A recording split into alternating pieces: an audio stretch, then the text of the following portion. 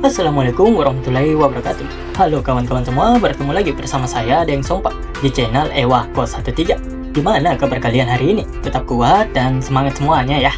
Dan terima kasih telah mengklik video di channel yang tergantung mood ini. Dan selamat mendengarkan ocehan dari Daso.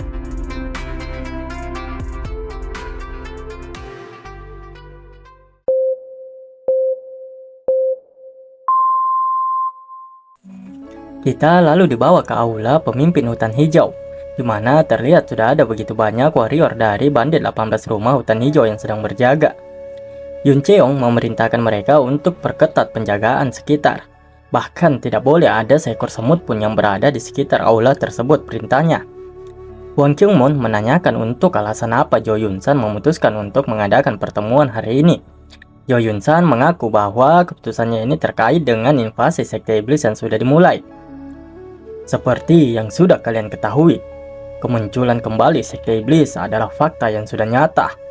Ada juga sekte ortodoks yang telah dimusnahkan oleh sekte iblis. Aku berpikir bahwa kita hutan hijau juga harus mendiskusikan cara untuk melawan sekte iblis. Itulah sebabnya kami datang ke sini, ucap Jo Yun San. Wang Kyungmoon menanyakan apakah semua orang juga memiliki pikiran yang sama. Dan tentu saja pemimpin bandit 18 rumah hutan hijau lainnya membenarkannya. Bagus sekali bahwa kau berpikir untuk mempersiapkan diri menghadapi invasi sekte iblis, ucap Wang Kyungmoon.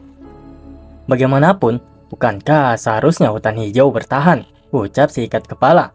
Dia juga menyampaikan meskipun pemimpin lainnya tidak datang untuk menghadiri pertemuan ini, namun 7 pemimpin lainnya juga sepemikiran dengan mereka. Itu sangat mengesankan. Bisakah kau memberitahuku dari kubu mana saja mereka berasal? Tanya Wang Kyungmoon.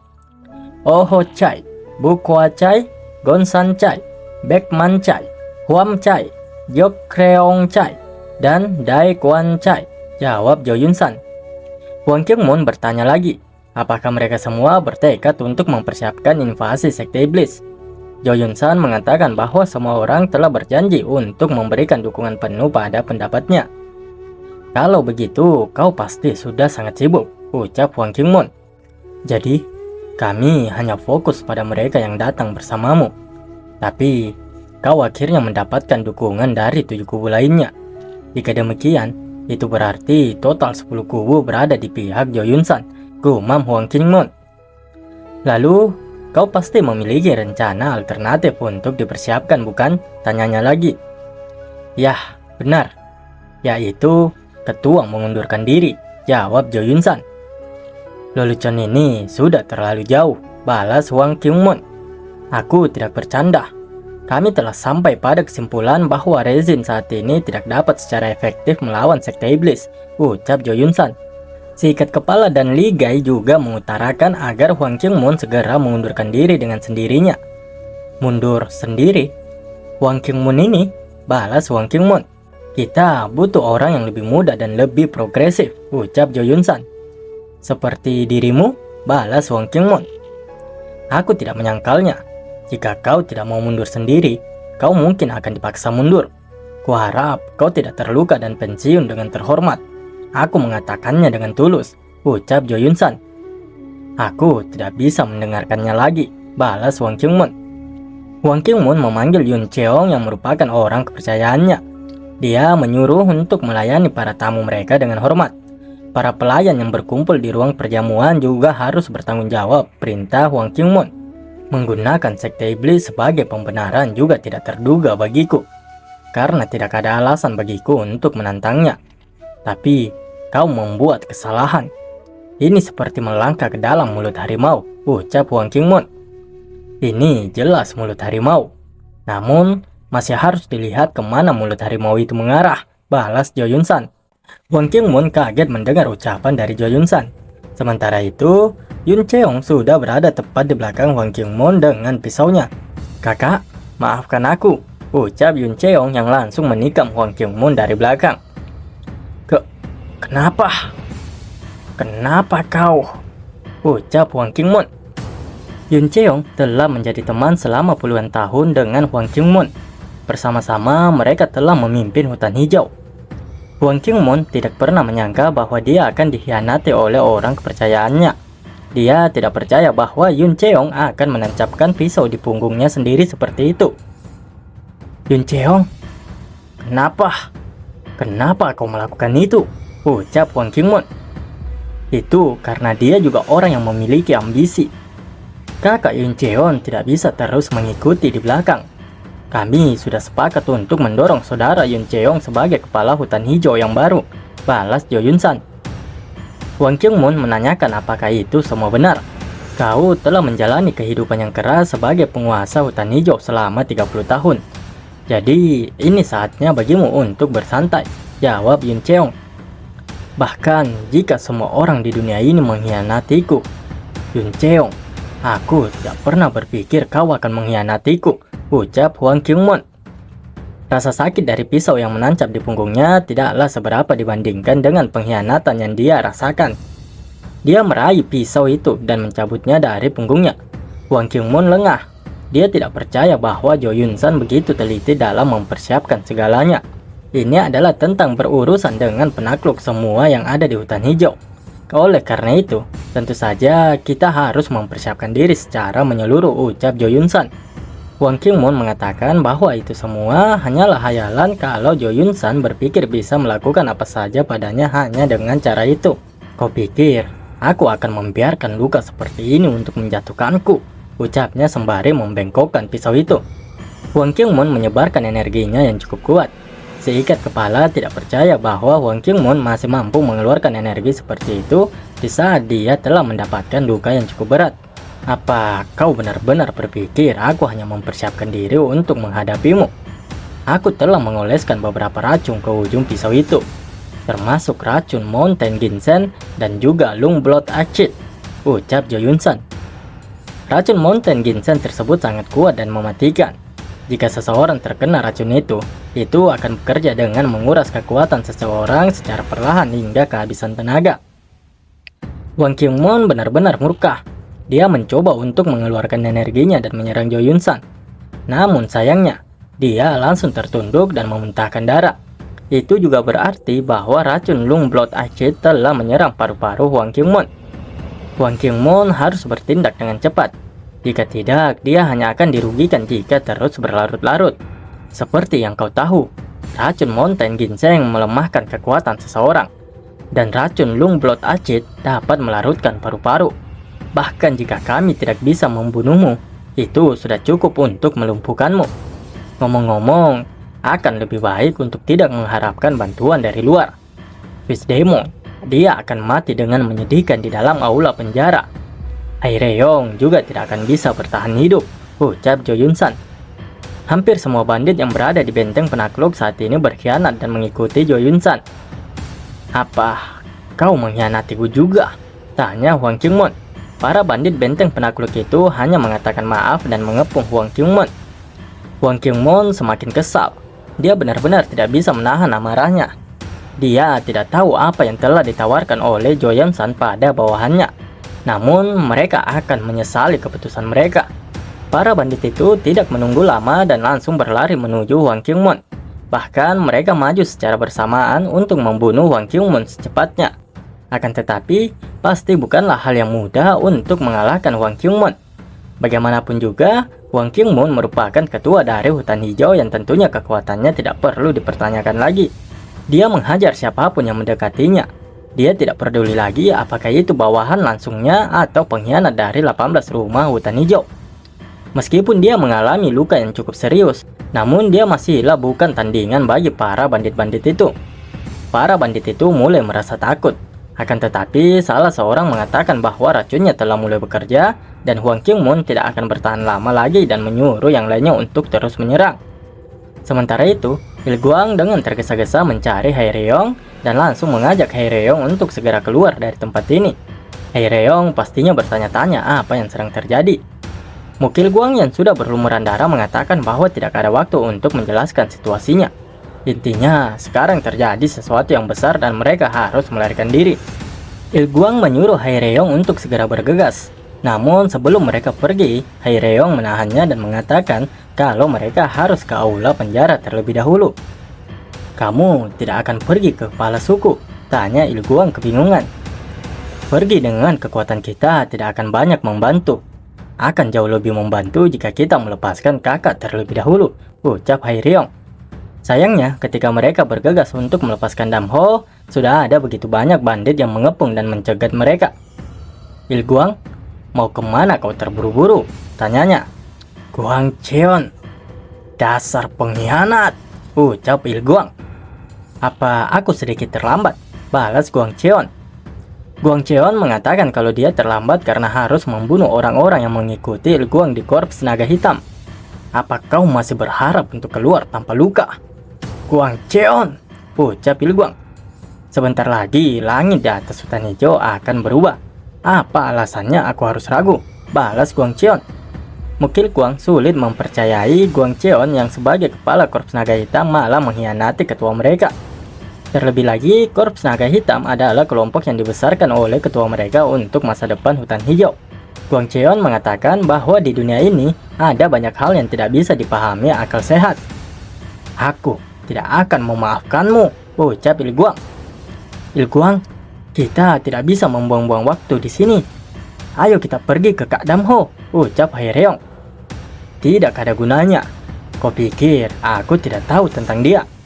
Aku sudah mempersiapkan diri untuk saat-saat seperti ini. Dia mungkin sudah muntah darah dan mati sekarang, ucap Guang Cheon. Ilguang menyuruh Haeryong berlindung di belakangnya dan dia akan membuka jalan agar bisa menerobos dan bergegas ke tempat Damho. Para bandit yang berkhianat itu langsung maju menyerang Ilguang bersamaan. Singkirkan Mukil Guang, perintah Guang Cheon. Kita lalu dibawa ke penjara di mana Damho ditahan. Seseorang terlihat sedang mengantarkan makanan dan sedang memaksa Damho untuk segera memakannya. Damho hanya tersenyum sembari memperhatikan makanan itu. Apakah semua ini sudah dimulai? Gumam Damho. Damho begitu pintar. Dia sengaja untuk tidak langsung membantai dan mencari peluang di momen yang tepat agar dia tidak berselisih dengan Hwang Kyungmoon. Dan inilah waktu yang tepat yang telah dinantikan oleh Damho. Damho menolak untuk memakan makanan itu dan mengatakan mengapa dia harus makan makanan itu. Si bandit menyuruhnya untuk memakannya saja dan tidak perlu membuang-buang waktunya. Bukankah itu racun? Ucap Damho. Apa? Apa maksudmu beracun? Balas si bandit yang menjadi panik. Si bandit tidak menyangka jika Damho bisa mengetahui bahwa makanan itu telah diberikan racun. Bertanya-tanya pastinya dia. Tidak peduli seberapa mengerikannya Damho, dia tetaplah hanya binatang buas yang dikurung di balik jeruji besi. Tidakkah ada yang perlu ditakuti, pikirnya. Kau berhasil mengetahui bahwa itu diracuni. Tapi tidak ada gunanya. Tidakkah ada yang dapat kau lakukan tentang hal itu? Kau akan lebih baik mati dengan damai oleh racun, ucap si bandit. Kau cerdas. Karena itu kau akan mati dengan lebih menyakitkan. Lanjutnya. Dia lalu memerintahkan bawahannya untuk membawa sebuah senjata rahasia milik keluarga Tang yang disebut jarum pemutus hidup dan mati. Awalnya senjata ini berbentuk silinder dan berukuran kecil seperti lengan anak-anak. Tapi mereka telah memodifikasinya dan jarumnya lebih tipis dari sehelai rambut. Setelah ditembakkan, hampir tidak mungkin untuk menghentikannya karena tidak terlihat oleh mata telanjang. Saat jarum-jarum itu menyentuh tubuh seseorang, tulang dan dagingnya akan meleleh dan menjadi segenggam darah. Damho mengingat pernah melihat senjata yang serupa dengan senjata itu. Dia melihatnya di perahu saat melewati sungai Unma menuju ke sungai Yanxi. Benda-benda itu diangkut oleh agen pengawalan pada waktu itu. Aku ingat pada waktu itu. Mereka mengatakan bahwa mereka sedang mengangkut barang yang dikirim oleh keluarga Tang. Apakah barang yang dikirim oleh keluarga Tang sampai ke sini? Tanya Damho di benaknya. Para bandit memasukkan mulut senjata itu ke dalam sela-sela jeruji. Mereka kini bersiap untuk membakar sumbu dari senjata itu. Di dalam penjara yang setiap sisinya dihalangi oleh tembok, tidakkah ada tempat bagi Damho untuk melarikan diri?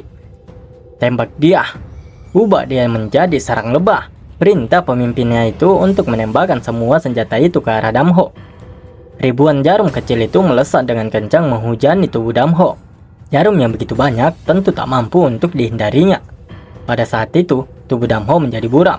Suara yang seakan-akan ditimbulkan oleh puluhan ribu lebah menggema. Perisai pertahanan. Kekuatan pelindung terkuat Damho diaktifkan. Seperti kumbang mengepakkan sayapnya, itu menyebabkan ratusan getaran kecil. Jarum-jarum halus yang begitu kecil jatuh seolah-olah menabrak dinding. Mereka begitu terkejut. Bagaimana bisa Damho menghentikan jarum pemutus hidup dan mati dengan begitu mudah? Tubuh Damho terangkat seperti pegas. Itu adalah serangan yang dilakukan untuk meruntuhkan tembok yang terbuat dari batu berumuran ribuan tahun. Usaha Damho tidak sia-sia. Dinding yang mengurung Damho hancur karena diledakkan oleh Damho. Di waktu yang bersamaan, rombongan bandit terus berdatangan dan bertambah. Bandit-bandit itu menjadi semakin panik ketika menyadari Damho benar-benar berhasil menghancurkan jeruji selnya dan melangkah keluar. Mereka tidak percaya dan sangat tidak mengerti bagaimana bisa ada seseorang seperti Damho. "Hentikan dia! Jangan mundur! Dia terkekang oleh belenggu!" ucap bandit itu yang begitu gugup. Untuk menghancurkan belenggu tersebut, Damho melakukan gerakan intens dengan menghantamkan kakinya ke lantai. Damho mengaktifkan teknik Void Wall-nya. Void Wall merupakan teknik dengan metode memancarkan gelombang kejut dengan mempengaruhi tekstur udara. Itu adalah serangan yang terinspirasi oleh perisai pertahanan dan dikembangkan lebih jauh oleh Damho. Meskipun secara teori itu dinilai mungkin, tapi ini adalah pertama kalinya bagi Damho untuk menggunakannya pada lawan yang sesungguhnya. Gelombang energi yang dihasilkan begitu kuat. Darah keluar dari telinga dan hidung mereka yang berada dalam radius 3 li di sekitar Damho. Mereka berteriak kesakitan, bergegas untuk pergi dan menjauh dari tempat itu. Jika mereka tidak ingin mati, mereka harus bergegas pergi. Namun, kuatnya energi yang terpancar membuat mereka tidak berkutik dan hanya bisa merasakan sakit yang teramat sakit. Di saat yang bersamaan, belenggu pengekang iblis yang membatasi Damho juga hancur berkeping-keping. Kembali ke pertarungan Haereong dan Ilguang yang dikepung oleh para bandit yang berkhianat. Terlihat mereka yang begitu kewalahan dan mulai kelelahan menghadapi Ilguang. Mereka pada dasarnya mengetahui kemampuan Ilguang termasuk yang terbaik di hutan hijau. Tapi mereka tidak menyangka bahwa itu akan sekuat ini. Mereka harus berusaha menguras tenaga Ilguang terlebih dahulu jika ingin mengalahkannya. Untuk melindungi Haereong di sisinya, Ilguang bahkan menolak untuk mengambil posisi pemimpin pasukan naga hitam. Itu berarti bahwa Ilguang sangat menghargai dan mengagumi Haereong. Guangcheon berpikir jika mereka menyerang Haereong, itu pasti akan mengalihkan perhatian Ilguang. "Kirim lebih banyak pasukan ke Huang Haereong," perintah Guangcheon. Ilguang tentu panik dan benar saja kehilangan fokusnya karena mencepaskan keadaan Haereong yang sudah dikepung oleh para bandit. Terlihat jelas dari wajah Haereong kalau dia juga sudah sangat kelelahan dan tidak akan bisa bertahan lebih lama lagi. "Nona, bertahanlah di sana. Aku akan segera tiba untuk membantumu," teriak Mukilguang. Tapi bagaimanapun usahanya untuk menerobos, para bandit yang menghalanginya tidak ada habisnya dan terus menyerang Ilguang. Ilguang mengerahkan semua yang bisa dia lakukan dan menghempaskan orang di sekitarnya agar bisa membantu dan melindungi Haereong. Namun tidak bisa dipungkiri, melawan para bandit dari tim naga hitam bukanlah sesuatu yang mudah dan menguras tenaga. Dia bahkan sampai memuntahkan darah karena kelelahan. Para bandit yang berkhianat itu tidak akan menyia-nyiakan kesempatan ini. Mereka dengan cepat maju dan tidak membiarkan Ilguang menarik nafas. "Ilguang!" teriak Haereong yang dibuat semakin cemas melihat situasi Ilguang. Ilguang benar-benar tidak memiliki tenaga lagi untuk melawan. Bahkan beberapa pedang sudah menancap di tubuhnya. Salah satu bandit lalu melompat ke arah Haereong dan mengayunkan pedangnya. Penjaga yang seharusnya melindungi Mukilguang kini telah dijatuhkan, ucapnya. Pedang keduanya berbenturan. Akan tetapi karena Haereong yang juga sudah kehabisan tenaga, pedangnya terlepas dari genggamannya. Hal itu membuat bandit tersebut senang dan tersenyum. Dia lalu menyentuh dada Haereong dan mendorongnya hingga terjatuh. Ilguang yang melihatnya tidak dapat melakukan apa-apa, terlebih lagi beberapa pedang sudah diletakkan di lehernya. Haereong terhampas dan terjatuh ke tanah. Bajunya robek karena ulah bandit sebelumnya. Dia benar-benar tidak menyangka semua ini akan terjadi. Bandit yang mendorongnya tersenyum dan tertawa puas. "Hehehe, rasanya begitu lembut," ucap bandit itu. "Kau melakukan itu dengan sengaja kan?" ucap temannya. "Tidak ada keindahan seperti itu di pegunungan," balasnya. "Aku tidak bisa berbuat apa-apa karena ketua. Tapi sekarang kalian pergilah. Jika kalian menyentuh Nona bahkan satu jari sekalipun, aku akan membunuh kalian semua," teriak Mukilguang. Kau sangat berisik, ucap Guang Cheon yang langsung menghantam wajah Mukil Guang. Baik Hai Reong maupun Mukil Guang kini tidak bisa lagi melawan. Mereka dikalahkan oleh para bandit dari salah satu tim terkuat hutan hijau. Kenapa kau begitu malu? Melihatmu malu-malu membuatku merasa aneh, ucap bandit itu. Ayolah, kau tidak perlu malu begitu, lanjutnya. Dia melangkah mendekati Hai Reong. Di saat yang bersamaan, sebuah tangan muncul dari belakangnya. Tangan itu langsung meraih dan mencekik leher bandit tersebut. Hai Reong juga begitu kaget menyadari sosok tersebut. Siapa kau? Ucapnya yang begitu kesakitan karena lehernya yang dicekik begitu kuat. Mulutmu itu cukup lucu, ucap Damho yang telah tiba. Ampuni. Apa? Mengampunimu? Balas Damho. Damho menguatkan cengkeramannya. Itu membuat bandit yang dia cekik tidak bisa bernafas, bahkan sampai mengeluarkan darah dari hidung dan mulutnya. Bukankah seharusnya aku yang menyingkirkan sumber kemarahan ini? Ucap Damho. Bandit tersebut mati di genggaman Damho. Lehernya remuk dan darah mengalir keluar dari lehernya. Situasinya tiba-tiba menjadi hening. Semua gerakan prajurit yang mengganggu Huang Hai Reong juga terhenti.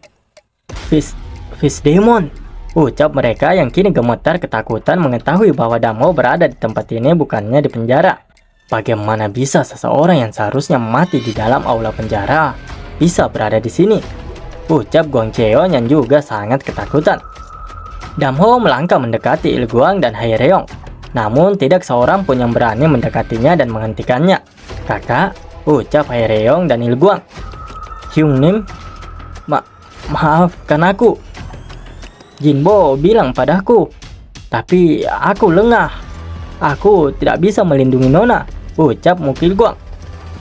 Kau sudah melakukan tugasmu, balas Damho sembari mengenakan baju miliknya kepada Hai Reong.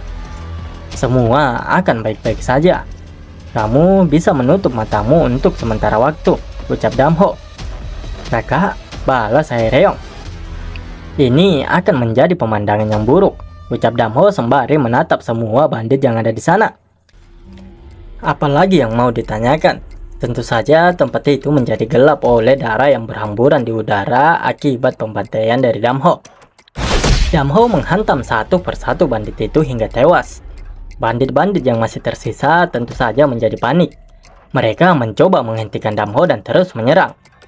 Nona, apakah kamu baik-baik saja? Tanya Il Guang. Aku baik-baik saja, jawab Hai Reong.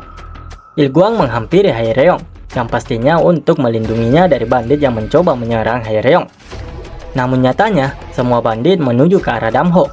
Mereka mengeroyok Damho dan berharap dapat menjatuhkannya. Namun sial bagi mereka, tidak satu pun di antara mereka yang bisa menjadi lawan dari Damho. Damho melampiaskan semua amarahnya pada bandit-bandit itu. Bagaimanapun, inilah rencananya dari awal, menunggu untuk membantai mereka semua. Mereka mulai berpikir untuk melarikan diri dan menyelamatkan hidup mereka sendiri. Damho bukanlah seseorang yang bisa mereka kalahkan. Namun siapa yang mencoba untuk melarikan diri untuk saat ini akan langsung dilompati dan ditinju oleh Damho. Aku adalah pemimpin Korps Naga Hitam. Tidak ada tempat untuk mundur dan tidak ada tempat untuk kembali. Apakah aku mati atau hidup? Kita akan melihat akhirnya di sini. Pada dasarnya, kau juga manusia yang terbuat dari daging dan darah, gumam Guang Cheon yang sudah menerjang Damho dari belakang. Damho yang menyadari pergerakan dari Guang Cheon tentu saja mampu dengan mudah menghindari tebasan pedang itu. Tidak hanya berhasil menghindari tebasan pedang yang dilancarkan oleh Guang Cheon, Damho dengan mudahnya langsung mendaratkan tinjunya di dada Guang Cheon. Guang Cheon terlempar, darah menyembur keluar dari dadanya. Itu adalah akhir dari hidup pemimpin naga hitam yang berkhianat. Mata Damho begitu gelap. Wajah tanpa ekspresi yang dilumuri darah, namun terlihat jelas ada emosi yang membara di matanya. Pertarungan Damho di sana belum seberapa, sementara yang terjadi di aula Raja Hutan Hijau jauh lebih menegangkan. 4 kelompok bandit dari 18 rumah hutan hijau yang bekerja sama belum mampu menjatuhkan Wang Kyungmon. Bahkan saat ini para bandit itu mulai ragu untuk maju. Jangan takut. Itu adalah perjuangan terakhir seorang lelaki tua yang sekarat karena racun.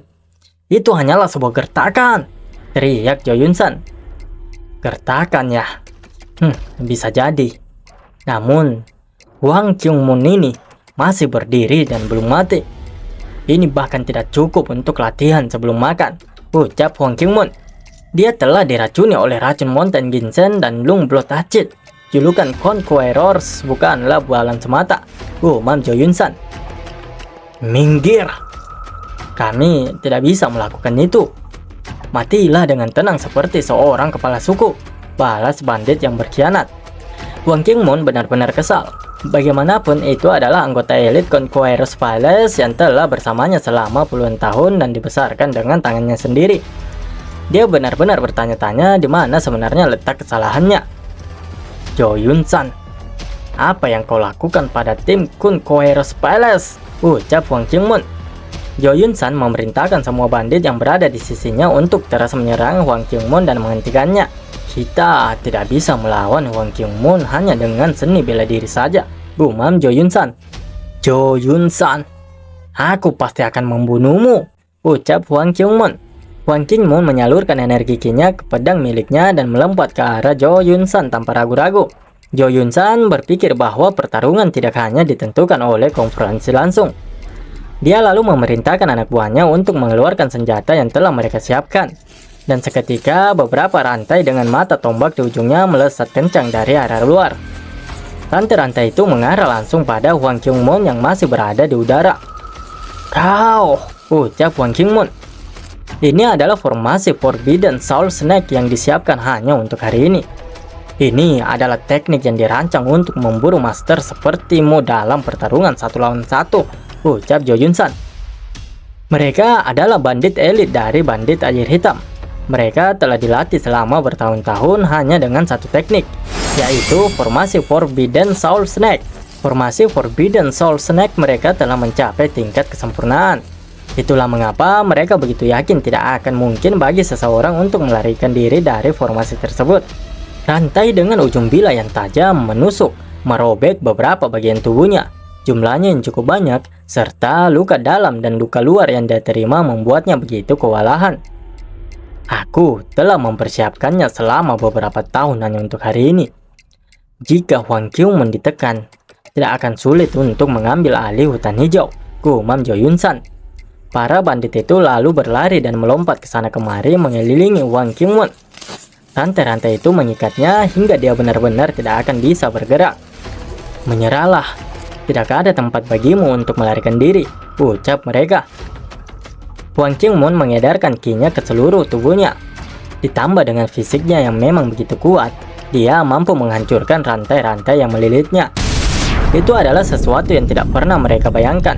Hwang Kyung-moon mampu melepaskan dirinya dengan mudah dari formasi yang telah mereka latih selama bertahun-tahun. Jo Yun-san menjadi begitu terkejut melihatnya. Mustahil. Strength Rebound, ucap Jo Yun-san. Semuanya lari, menjauhlah, ucap mereka dengan begitu panik dan mencoba untuk melarikan diri. Hwang Kyung-moon sepenuhnya terlepas dari rantai-rantai itu. Energi ki-nya yang keluar menerbangkan benda di sekitarnya. Ruangan tersebut menjadi kacau. Mereka yang jaraknya dekat dengan Hwang Kyung-moon juga terlempar karena tidak sanggup menahan energi yang begitu kuat dari Hwang Kyung-moon. Energi yang begitu kuat darinya tidak hanya membunuh beberapa bandit di sana, namun juga menghancurkan aula Raja Hutan Hijau miliknya. Dia monster. Aku yakin dia telah diracuni oleh racun Mountain Ginseng dan juga racun Lung Blood Acid. Aku tidak tahu akan menjadi seperti ini. Dia benar-benar keberadaan yang tak tertandingi yang melampaui imajinasi, gumam Jo Yun-san. Hwang Kyung-moon berusaha menahan luka yang dialami dan mencoba untuk maju menyerang Jo Yun-san. Namun, efek racun yang ada di dalam tubuhnya kini semakin melemahkannya. Jo Yun-san tentu saja begitu senang dan tertawa melihat kondisi Hwang Kyung-moon. Akhirnya, harimau tua ini kehilangan giginya, ucapnya sembari menodongkan pedangnya di leher Hwang Kyung-moon. Ketua, kau telah bekerja keras selama ini. Aku akan mengirimmu pergi dalam perjalanan terakhirmu tanpa rasa takut. Putrimu yang sangat kau sayangi juga akan segera mengikuti jejakmu. Jadi kau tidak perlu begitu kesal. Namun sebelum itu, aku harus menikmati tubuhnya sepenuhnya, Hahaha, Joyun-san bajingan, dasar kau berdebah. Jangan pernah menyentuh putriku, ucap Hwang Kyung-mon. Gadis itu awalnya milikku, kau mengambil milikku. Sekarang, eramu telah berakhir. Hutan hijau membutuhkan pemimpin baru. Justru itulah sebabnya, ucap Joyun-san. Seikat kepala lalu menyadari ada seseorang di belakangnya yang sedang menuju ke arahnya. Dan saat dia berbalik ingin melihatnya, di saat itulah wajahnya terkena hantaman yang begitu keras. Joyun-san dan bandit-bandit lainnya yang berada di dekat Hwang Kyung-mon langsung menoleh karena mendengar suara teriakan yang tiba-tiba dari belakang mereka. Dan yah, Damho telah tiba di aula Raja Hutan Hijau. Kau tidak akan pernah bisa menjadi pemimpin hutan hijau. Kau tidak akan pernah bisa mencapai posisi itu, ucap Damho. Fist Demon, bagaimana kau bisa sampai ke sini? Ucap Joyun-san yang terkejut dengan kehadiran Damho. Dia tidak menyangka kalau Damho mampu meloloskan diri. Bagaimana dengan Guang Cheon dan bawahannya? Tanyanya pada Damho. Menurutmu apa yang terjadi? Balas Damho. Mustahil. Kau, dendam apa yang kau miliki terhadapku? Kurasa kau tidak mengingatnya ya, ucap Damho. Hai, kau jangan datang ke sini. Hentikan pria itu, ucap Joyun-san yang sudah begitu ketakutan. Kalau kau mendekat, hidup ketua tidak akan bisa aku jamin, ancam Joyun-san. Kau akan tetap membunuhnya, balas Damho. Damho menghantamkan kakinya ke tanah dengan kuat, mengambil kuda-kuda bersiap dengan assailing steps-nya. Damho dengan cepat melesat ke arah Joyun-san. Di waktu yang bersamaan, Joyun-san juga mengayunkan pedangnya ke leher Hwang Kyung-mon. Akan tetapi, lompatan Damho jauh lebih cepat dibandingkan dengan ayunan pedang Joyun-san, yang pada akhirnya pedang dan tinju dari Damho berbenturan. Begitu kuatnya tinju dari Damho, itu menimbulkan luka dalam bagi Joyun-san dan membuatnya terlempar mundur. Lindungi pemimpin kita, teriak salah seorang bawahan Joyun-san, dan mereka langsung melompat bersamaan. Anak buah Joyun-san bergegas menyelamatkannya. Pedang dan pisau tajam terbang menuju Damho. Sesaat sebelum pisau dan pedang itu mengenai Damho, pada saat itu pula tubuh Damho bergetar. Perisai Damho diaktifkan. Energi Ki menyebar ke seluruh tubuhnya dan menyelimutinya. Layaknya sebuah tameng kuat, perisai Ki milik Damho memantulkan semua benda yang akan mengenainya. Sepersekian detik kemudian, Damho juga mengaktifkan sebuah teknik serangan yang dia kembangkan sendiri. Itu adalah satu lapisan energi yang menyebabkan turbulensi di udara. Damho lalu melemparkan energi tersebut ke arah anak buah Joyun-san yang membuat mereka begitu kesakitan. Teknik yang sangat kuat, dan tidak satupun bandit-bandit itu mampu untuk menanggungnya. Anak buah Joyun-san bahkan sampai memuntahkan darah dan pingsan di tempat. Beberapa di antaranya yang jauh lebih lemah langsung mati. Tidak hanya anak buahnya saja, bahkan Joyun-san sendiri juga tidak mampu menahan teknik dari Damho. Saat dia tertunduk karena kesakitan, saat itu pula Damho langsung menerjang kembali ke arahnya. Joyun-san dengan sekuat tenaganya berusaha untuk berdiri kembali. Para bawahannya dan bandit-bandit yang bekerja sama dengannya tidak tinggal diam. Mereka bergegas melompat. Lindungi pemimpin kita, teriak seikat kepala. Pemimpin bandit Azure Wave, Guaksap, dia melemparkan tubuhnya untuk menghalangi Damho yang akan melayangkan tinjunya pada Joyun-san. Matilah kau bajingan jahat. Jika Joyun-san kalah, serangan hari ini akan sia-sia, gumam Guaksap. Aura milik Guaksap meledak, energinya menyebar ke pedangnya. Namun auranya tidak menyebar sampai akhir. Sebaliknya, aura perak yang luar biasa dari Damho telah terbuka. Damho dengan mudah menahan dan menangkap pedang milik Guaksap dan langsung mematahkannya. Bahkan ketika keduanya masih berada di udara, Damho langsung menancapkan patahan pedang itu ke kepala Guaksap. Guaksap, pemimpin dari bandit Azure Wave, tewas tanpa sedikit pun menyentuh tubuh bahkan baju dari Damho. Joyun-san dibuat sangat terkejut. Guaksap tewas dengan begitu mudah di tangan Damho. Guaksap, monster. Dia sungguh monster, gumamnya. Joyun-san saat ini sangat ketakutan. Bahkan ketika dia mengeluarkan energinya, dia begitu gemetaran. Pedangnya bergetar dalam waktu yang singkat. Joyun-san berusaha menenangkan dirinya dan mengambil bentuk aura jernih. Auranya tidak hanya menyelimuti pedangnya, itu membentuk pedang energi sepanjang 3,96 meter. Jo Yun San tidak menunggu lama. Dia menebaskan pedangnya dan di saat bersamaan juga langsung melompat ke arah Dam Ho. Itu aura pedangnya. Pemimpin telah membuka aura pedangnya, ucap para bawahan Jo Yun San.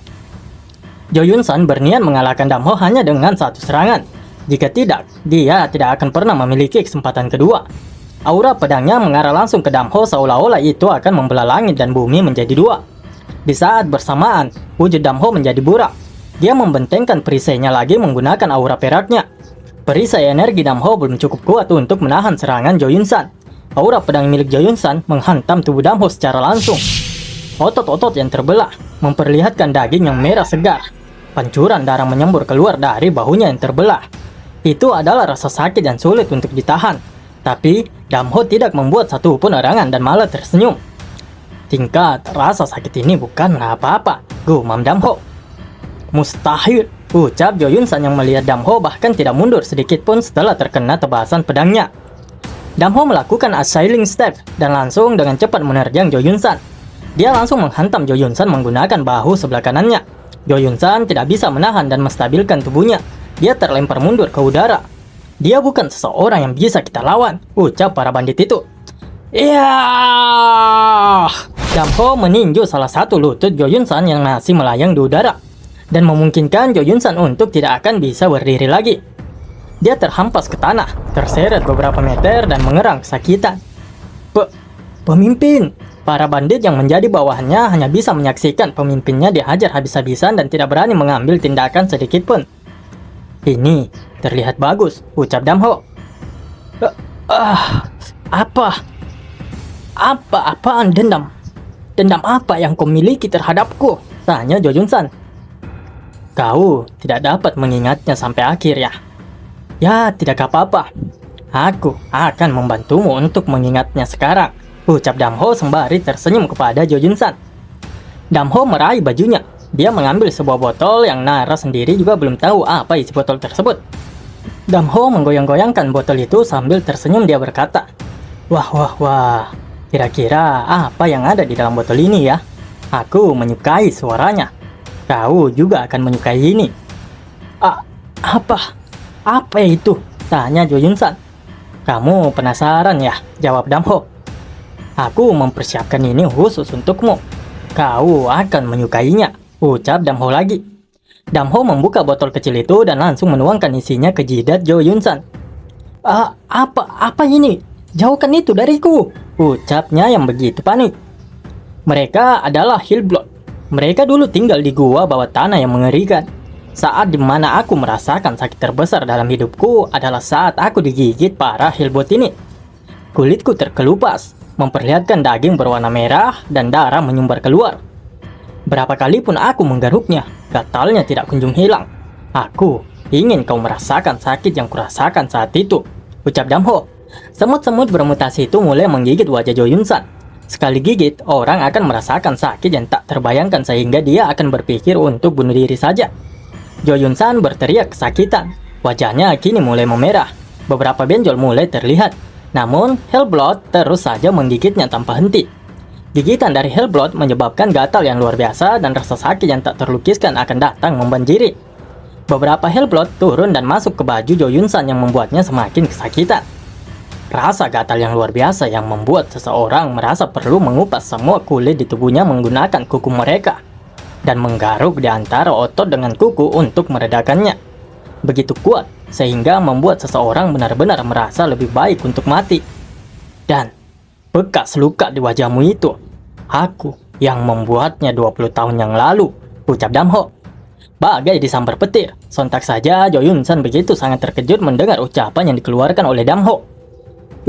Dulu, kalau begitu, apa kau mengingatnya sekarang? Tanya Dam Ho. Bagaimana bisa aku melupakannya? Stigma yang tidak bisa dihapus terukir di wajahku hari itu. Bahkan jika aku ingin melupakannya, aku tetap bisa melihat bekas luka ketika aku berdiri di depan cermin. Setiap kali itu terjadi, kenangan hari itu muncul di benakku. Hanya sebuah desa di mana kami kebetulan singgah di kaki gunung Taibak dan berakhir dengan penjarahan. Kami membunuh warga desa dan menjara banyak barang. Masalahnya adalah ketika rumah terakhir dijarah, sang ayah menembakkan panah sambil terus melawan. Bahkan putranya mengambil pisau dapur dan bergegas masuk. Saat terganggu oleh ayahnya, putranya melukaiku dengan pisau. Tidak hanya itu, dia juga menggigit leher bawahanku dan membunuhnya. Bahkan di pulau beracun tidak ada racun seperti itu. Jadi aku membunuhnya untuk memastikan hal itu tidak terjadi lagi. Tapi kau adalah dia, gumam Jo Yun San yang akhirnya mengetahui siapa sebenarnya Damho dan masih mengingat dengan jelas semua kejadiannya waktu itu. Aku merindukanmu, ucap Damho. Bagaimana caramu bertahan? Tanya Jo Yun San. Jo Yun San menggeliat menahan rasa sakit yang diakibatkan oleh Hellblood. Hellblood telah menyebar ke seluruh tubuhnya dan tanpa henti menggigitnya. Jika kau bisa menghentikan rasa gatal ini, aku akan memberikanmu jiwaku. Bunuh saja aku, teriak Jo Yun San yang memotong perkataan Damho karena sudah tidak tahan dengan gigitan-gigitan Hellblood. Kau tidak bisa mati semudah itu. Itu akan sangat sia-sia. Pada awalnya, aku juga merasa sangat ingin mati. Tapi, aku menahannya lagi dan lagi. Jadi, itu masih bisa untuk ditahan. Kau juga pasti bisa menjadi seperti itu, ucap Damho. Jo Yun San mencoba menggaruk bekas gigitan itu. Tangannya, tubuhnya, bahkan wajahnya. Namun, rasa gatal itu tidak bisa hilang. Bunuh saja aku sekarang. Kau bajingan kejam, ucap Jo Yun San. Jo Yun San lalu berteriak memanggil Yun Cheon agar membantunya. Yun Cheong, selamatkan aku, teriaknya. Yun Cheong, ucap Damho yang sepertinya mengenali orang itu. Yun Cheong, jika kau tidak bisa menyelamatkanku, bunuh saja aku, teriaknya pada Yun Cheong. Sejak kapan? Tanya Damho yang tiba-tiba. Apa yang kau bicarakan? Tanya Yun Cheong balik. Sejak kapan kultus iblis bersembunyi di hutan hijau? Ucap Damho. Bagaimana kau bisa mengatakan itu? Tanya Yun Cheong. Aku tahu saat kau memanggil dan mengumpulkan Shadow Demons. Mereka adalah para elit dari kultus iblis, kan? Ucap Damho dengan senyum khasnya sebelum benar-benar membantai musuhnya. Yun Cheong begitu terkejut. Dia tidak tahu bagaimana Damho mengetahui kalau dia telah memanggil Shadow Demons melalui telepati. Baginya, sungguh tidak masuk akal jika ada seseorang yang mampu mendengarkan telepati orang lain. Sementara itu, Jo Yun San masih berjuang menahan rasa gatal yang begitu menyakitkan. Dia beranggapan jika Damho mampu menahannya, maka dia juga pasti bisa menahan rasa sakit itu. Akan tetapi, semakin dia mencoba menahannya, rasa gatal itu semakin menyakitkan seperti kulitnya sedang dibakar. Jo Yun San sejatinya memiliki secercah harapan, namun tangannya tanpa henti dan terus menggaruk seluruh tubuhnya. Sudah terlalu banyak darah yang keluar dari tubuhnya. Darah yang keluar begitu banyak hingga menciptakan genangan darah di bawah kakinya. Dia terus menggaruk seluruh tubuhnya, dan pada akhirnya dia kehabisan nafas dan mati di tangannya sendiri. Meskipun Damho akhirnya selesai membalaskan dendamnya, anehnya dia tidak merasakan banyak kepuasan. Tidak ada perasaan lega ataupun perasaan tidak terbebani yang dirasakan oleh Damho saat ini. Dia baru saja menyelesaikan apa yang harus dia lakukan. Sesaat kemudian matanya tertuju pada Yun Cheong. Kau benar-benar berbahaya, ucap Yun Cheong. Yun Cheong, apa kau benar-benar dari kultis iblis? Tanya Hwang Kyung-moon yang ternyata masih hidup. Kakak, akan lebih baik jika kau mati saja tanpa menderita seperti ini. Dan itu benar, aku adalah leader Shadow Demons dari kultus iblis, ucap Yun Cheong. Sudah 30 tahun sejak kita pertama kali berkenalan. Kalau begitu, berarti kultus iblis telah bersembunyi di hutan hijau sejak mereka dikalahkan dalam perang. Yun Cheong, apa yang kau lakukan di hutan hijau? Teriaknya yang begitu marah. Yun Cheong memanfaatkan Hwang Kyung-moon untuk membangun kembali kekuatannya. Seperti yang telah diketahui, kultus iblis memang menurun setelah kalah dari perang. Kau adalah orang yang mendorong Jo Yun San untuk melakukan semua ini, kan? Ucap Hwang Kyung-moon. Dia adalah orang yang menunjukkan banyak potensi. Dia juga punya dendam terhadapmu. Jadi tidak sulit untuk mendorongnya melakukan itu, balas Yun Cheong. Hwang Kyung-moon jatuh tertunduk. Dia begitu merasa bodoh ketika mengetahui semua fakta yang ada. Aku benar-benar hanyalah orang-orangan sawah, ucapnya. Itu bukan salahmu, kau luar biasa. Jadi kau tidak perlu malu pada dirimu sendiri, ucapnya pada Kyung-moon. Dan kau Beraninya kau merusak pencapaianku selama 30 tahun ini. Aku tidak akan memaafkanmu, ucapnya pada Damho.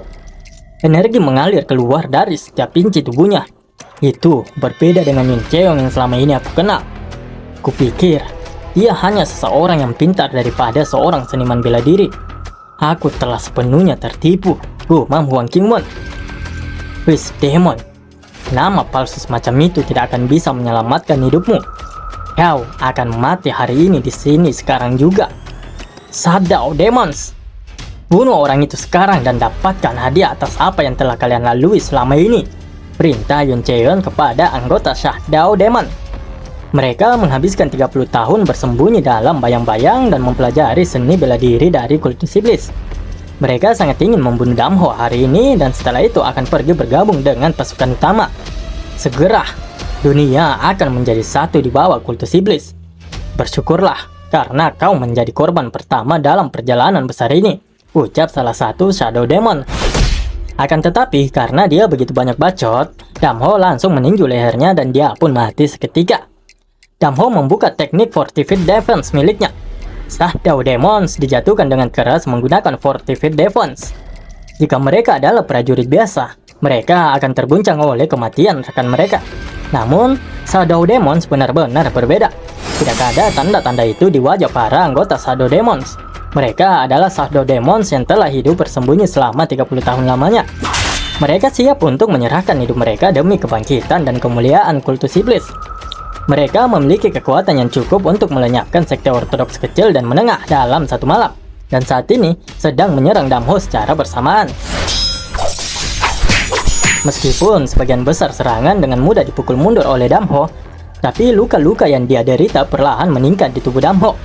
Meskipun pertempuran yang dilakukan oleh Damho itu brutal, Shadow Demons tetap terus-menerus menyerang meski berlumuran darah. Namun, bahkan dengan serangan sengit mereka tidak dapat menghentikan langkah yang dibentengi oleh Damho. Di ujung jalan, Yun Cheong yang berdiri telah menunggu Damho menghampirinya. Yun Cheong bergumam jika mereka kehilangan Shadow Demon lagi, tidak mungkin menjaga keselamatan mereka sendiri, apalagi untuk mengambil alih hutan hijau.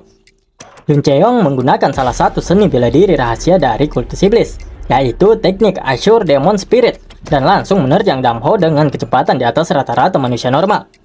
Pada saat Damho mencoba untuk menghindari serangan yang dilancarkan oleh Yun Cheong, seseorang langsung meraih pundaknya.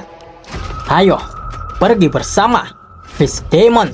Dalam ajaran kami, kematian adalah awal, bukan akhir. Kami tidak perlu takut padamu, ucap ketiga orang itu yang sudah memegang dan memeluk Damho sekuat tenaga agar Damho tidak bisa bergerak.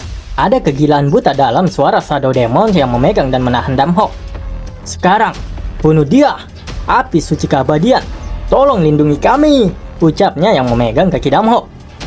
Assure Tempered Wind Strike, ucap Yun Cheong sembari melesatkan kembali serangannya. Yun Cheong tanpa ragu menebaskan pedangnya ke arah Damho. Meskipun energi pedangnya dengan cepat menuju Damho, anggota Shadow Demon sama sekali tidak berniat untuk melepaskan genggamannya pada Damho. Sialan, menggunakan Shadow Demon sebagai perisai, ucap Damho. Aura kemerahan keluar dari tubuh Damho. Mereka yang mengepung dan menahan Damho terlempar. Shadow Demons menyerang Damho dengan ganas, tapi ada perbedaan kekuatan yang signifikan di antara mereka.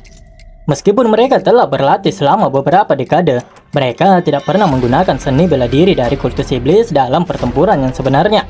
Di sisi lain, Damho menggunakan seni bela diri berkali-kali dalam pertarungan yang sebenarnya. Sekte racun memperoleh kekuatan melalui pertempuran yang sebenarnya dan tidak ragu melihat darah. Bagaimana bajingan licik seperti dia bisa membuka seni bela diri yang begitu kuat seperti ini? Gumam Yun Cheong yang mulai panik. Fist Demon, sekarang aku tahu mengapa ada kata demon yang melekat pada julukannya. Dia adalah iblis yang telah bangkit dari neraka, ucap Yun Geong. Damho menghabisi semua Shadow Demons yang menghalanginya. Kekuatan Damho terlalu dikdaya bagi mereka. Tidak ada satupun dari anggota kultus iblis akan dia biarkan hidup. Bahkan mereka yang merupakan Shadow Demons, anggota elit kultus iblis kesulitan menghadapi Damho. Damho tidak mentolerir apapun yang menghalangi jalannya. Hanya ada satu hal pasti yang akan dihadapi bagi mereka yang menghalangi jalan Damho, yaitu kematian. Benar-benar keberadaan yang menakutkan. Untuk menghadapinya, setidaknya Kita membutuhkan satu dari Four Commanders atau Seven Great Demons, gumam Yun Cheon. The Commanders dan Seven Great Demons, keduanya adalah pejuang terkuat dari kultus iblis. Tenli Reaper So Cheon-sen yang menghancurkan semua pengejaran bagian Union Murim adalah anggota dari Seven Great Demons. Yun Cheong mengakui bahwa itu memang memalukan. Akan tetapi mereka tetap harus memikirkan bagaimana kedepannya jika harus begini terus. Komandan, pergilah. Kami akan menghentikannya. Teriak para anggota Shadow Demons yang mencoba menahan Damho untuk memberikan kesempatan bagi Yun Cheon melarikan diri. Jangan takut. Dalam kultus iblis kita, kematian bukanlah akhir melainkan awal.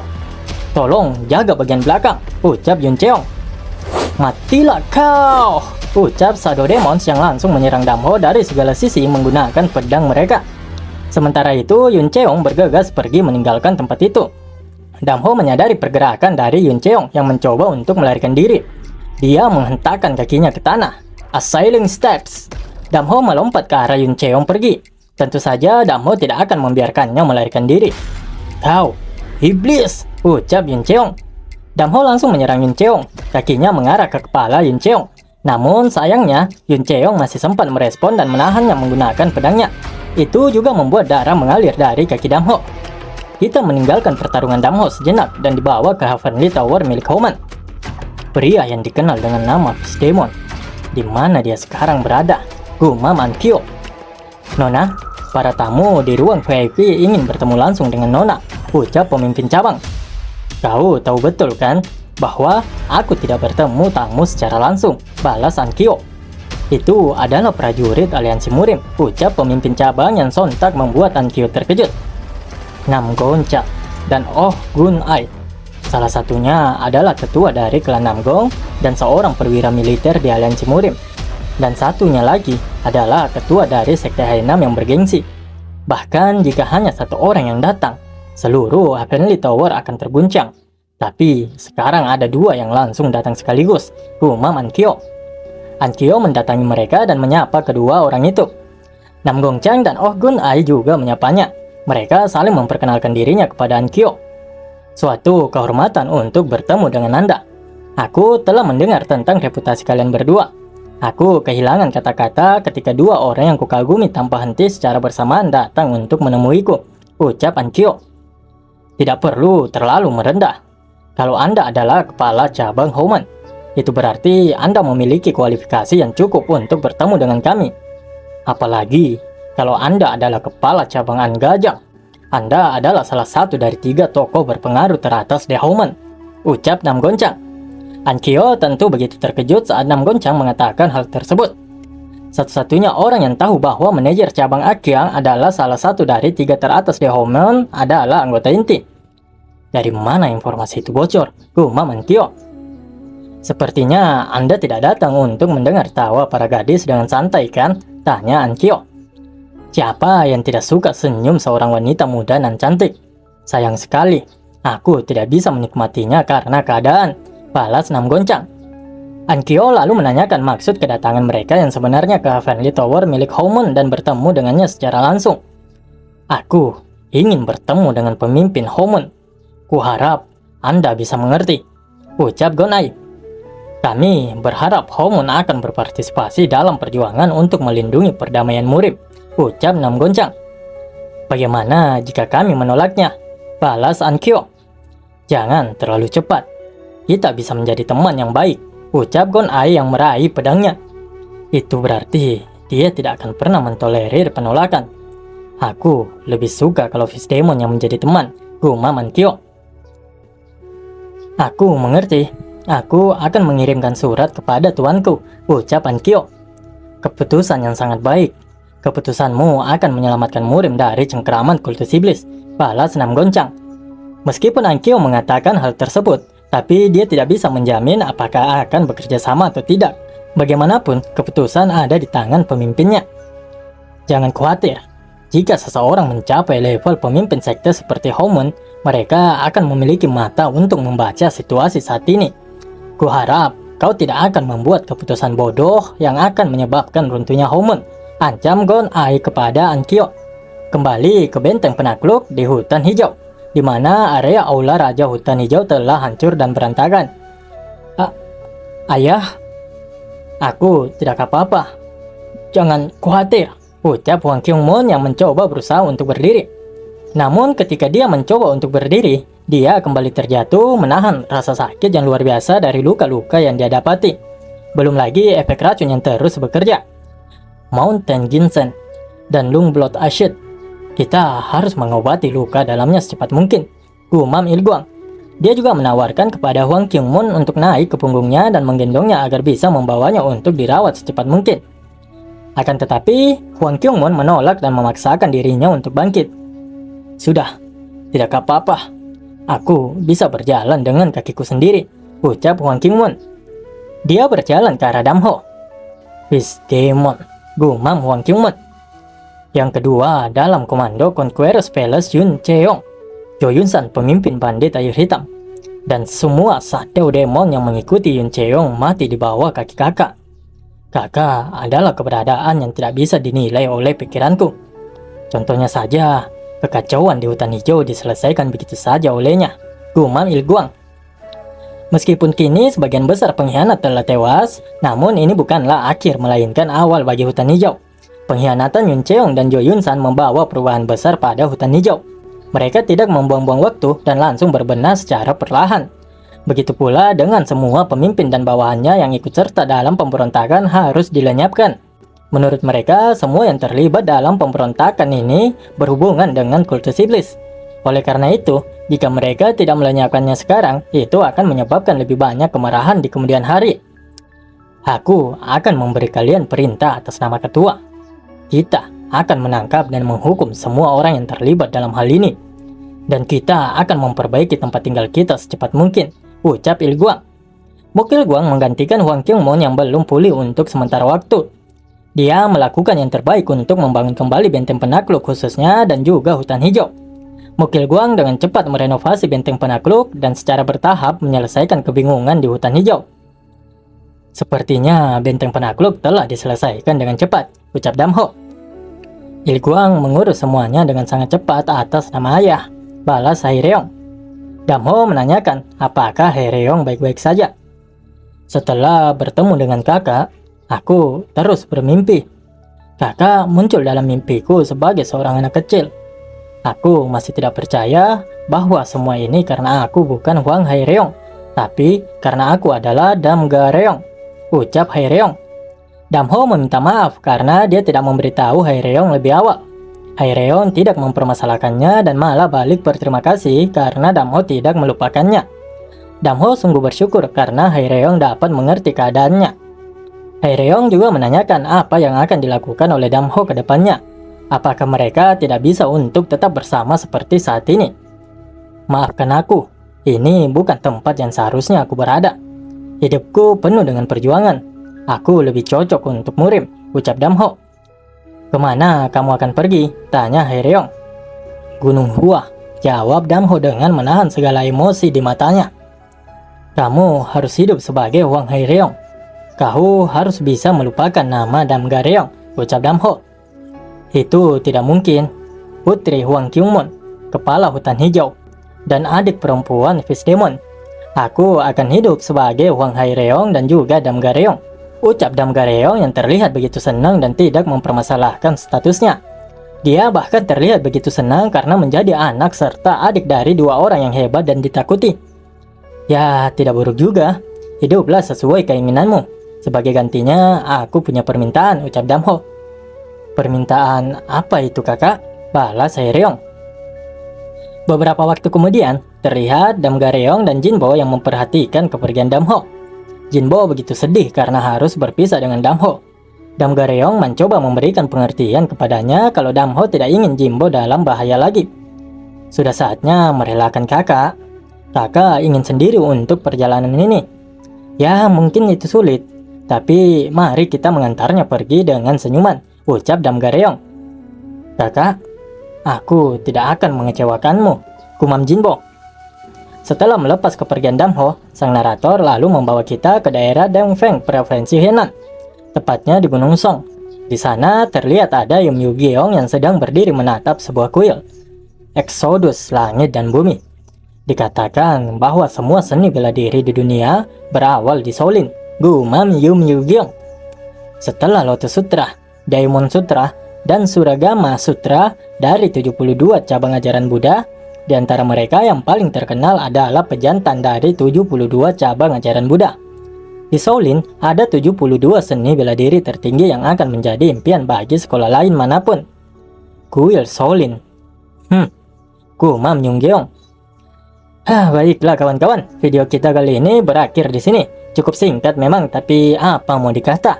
Yung-gyeong berada di depan gerbang kuil Shaolin. Dia ingin masuk namun ditahan oleh biksu yang berjaga. Udah minta bah, tolong berhenti sebentar. Apa tujuanmu datang ke kuil utama? Tanya biksu itu. Aku sedang melewati daerah Dangfeng. Jadi aku datang ke kuil Shaolin untuk tinggal selama sehari dan mempersembahkan dupa, jawab Yu-gyeong. Jadi begitu ya? Apa kau pernah belajar seni bela diri? Tanya penjaga itu. Aku belajar sedikit untuk mempertahankan diri. Apa ada masalah? Tanya Yung-gyeong. Penjaga itu memberitahu Yung-gyeong jika ingin bermalam di kuil utama, senjata harus dititipkan terlebih dahulu. Dia juga menanyakan apakah itu tidak masalah dan Yu-gyeong mengiyakannya. Setelah Yu-gyeong menuliskan nama serta sektenya di buku tamu, biksu itu akan membantunya ke ruang tamu yang diperuntukkan bagi tamu yang akan menginap. Yu-gyeong lahir di keluarga Yin Hami, telah menguasai beberapa seni bela diri. Apa karena berada di luar dataran tengah, jadi aku belum pernah mendengar tentang tempat ini sebelumnya, ucapnya. Bisa jadi, itu adalah keluarga kecil yang terletak di Hamil, balas Yu-gyeong. Biksu itu lalu menyuruh Yu-gyeong untuk mengikutinya. Di kuil Shaolin hanya beberapa tempat yang terbuka untuk orang umum, seperti aula utama dan aula tamu. Biksu tersebut meminta Yu-gyeong agar mengerti. Yu-gyeong menanyakan mengapa hal seperti itu terjadi. Karena kuil Shaolin bukanlah kuil biasa, melainkan tempat di mana ilmu bela diri diajarkan dan dipelajari, jawab biksu tersebut. Selain itu, kuil Shaolin juga memiliki sejarah panjang, jadi ada begitu banyak hal untuk dilestarikan. Oleh karena itulah, biksu tersebut berharap Yu-gyeong dapat mengerti karena mereka tidak dapat membuka setiap tempat karena berbagai alasan. Tidak lama kemudian, mereka telah sampai di kamar tamu. Biksu itu juga memberitahu bahwa Yu-gyeong akan menginap di dalam kamar itu. Masih ada 1 jam lagi hingga waktu makan malam disajikan. Jadi, kau bisa pergi ke ruang makan di belakang, ucap biksu itu. Yu-gyeong masuk ke kamarnya. Dia mengatakan bahwa ini sangat bagus, karena jika ini adalah sekte lain, mereka akan dengan cermat mempertanyakan dan memverifikasi semuanya secara menyeluruh. Yu-gyeong berpikir apakah ini semua karena Shaolin itu kuat. Itu adalah pandangan karena akumulasi kekuatan dan pengalaman selama 1000 tahun serta kepercayaan diri. Wisma tamu benar-benar terpisah dari kuil utama. Tidak ada cara untuk mengakses bangunan penting di kuil Shaolin dari sana. Malam itu, Yu-gyeong bergerak diam-diam. Meskipun dia belum pernah ke kuil Shaolin, struktur itu ada di dalam kepalanya. Itu karena mereka yang naik ke posisi tertentu dalam kultus iblis harus mengetahui tentang 9 sekte besar dan juga 5 keluarga besar. Entah apa yang sedang dia cari, tujuannya saat ini adalah ke perpustakaan milik Shaolin. Dia melompat di antara bangunan untuk menghindari para penjaga kuil Shaolin. Perpustakaan kitab suci. Itu adalah tempat di mana semua manual seni bela diri dan kitab suci kuil Shaolin disimpan. Tidak berlebihan untuk mengatakan bahwa semua sejarah dan kemampuan kuil Shaolin dilestarikan di tempat ini. Karena itu juga perpustakaan kitab suci dijaga oleh jaring pengamanan yang begitu ketat, tidak seperti aula lainnya. Void Spirit Cloud Walking, itu adalah seni bela diri rahasia dari kultus iblis. Jika seseorang tidak mencapai keadaan pencerahan mutlak, menyembunyikan tubuh dan jiwa mereka di atmosfer mereka tidak dapat dirasakan. Yu-gyeong berhasil melewati penjagaan yang ketat itu dan menerobos masuk ke dalam perpustakaan Shaolin. Bagian dalam perpustakaan kitab suci sangat besar. Di rak buku yang tak terhitung jumlahnya, buku-buku dikemas dengan rapat dan tanpa celah sedikit pun. Di antara mereka banyak buku-buku suci. Ada 72 seni bela diri. Ada juga seni bela diri dari sekte lain yang entah bagaimana berakhir di kuil Shaolin. Namun, Yu-gyeong sama sekali tidak memperhatikan dan tertarik dengan buku-buku tersebut. Matanya dengan cepat memindai buku-buku yang ada di rak buku. Toson Dai Secret Record adalah nama buku yang dia cari. Selama 1000 hari di akhir perang antara sekte ortodoks dan juga kultus iblis, Jeon Guangsheo dengan tenang menulis adegan yang dilihatnya saat berkeliling di banyak medan perang. Buku yang merekam adegan-adegan itulah yang disebut dengan buku Thousand Days Secret Records. Di medan perang, tempat peninggalan suci pemujaan menghilang, Cheon Guangsheo juga hadir waktu itu. Yum Yu-geong yakin kejadian waktu itu tercatat di dalam buku Thousand Days Secret Records. Untuk menemukan keberadaan relik suci, Thousand Days Secret Records sangatlah penting bagi mereka. Jika kami tidak dapat menemukan petunjuk lokasi relik suci dalam Thousand Days Secret Record, kami tidak akan dapat lagi menghentikan tirani pemimpin, gumam Yum Yu-geong. Betapa terkejut dan senangnya Yum Yu-geong ketika dia menemukan buku itu di salah satu sudut rak buku terakhir. Ada sebuah buku dengan kata-kata yang jelas, Thousand Days Secret Record. Thousand Days Secret Record. Ini asli, gumam Yum Yu-geong. Namun betapa kagetnya dia ketika dia mendengar suara dari belakangnya. Buddha Hamintabah. Yum Yu-geong bertanya-tanya kapan orang itu ada di dalam perpustakaan buku. Dia begitu yakin bahwa tidak ada seorang pun di dalam perpustakaan sebelumnya. Aku penasaran apa yang kau cari. Ternyata itu adalah Thousand Days Secret Record, ucap biksu itu. Apa dia seorang master? Aku bahkan tidak menyadarinya, gumam Yum Yu-geong. Yum Yu-geong menanyakan siapa biksu itu. Buddha Hamintabah. Biksu ini disebut Socheon, jawab biksu muda tersebut. Yum Yu-geong tentu begitu terkejut ketika mendengar biksu itu menyebutkan namanya. Socheon, dia adalah salah satu dari Kumuryeong. Tidak ada orang di Murim yang tidak tahu nama Socheon.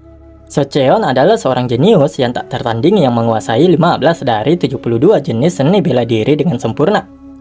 Dia bisa dibilang bahwa dia adalah prajurit terhebat dalam sejarah Shaolin, gumam Yum Yu-geong. Siapa kau? Mengapa kau menginginkan Thousand Days Secret Record? Buku itu tidaklah istimewa, tanya Socheon. Sebuah batu yang tidak berguna bagi sebagian orang mungkin lebih berharga daripada sebongkah emas bagi orang lain, jawab Yum Yu-geong. Kau bukan wanita biasa. Yah, orang biasa tidak akan bisa menyelinap ke perpustakaan kitab suci kuil Shaolin, balas Socheon. Semakin dibuat terkejut tentunya Yum Yu-geong itu kawan-kawan. Kau memperhatikanku sejak awal, ucapnya. Biksu ini ada di sini sejak awal, balas Socheon.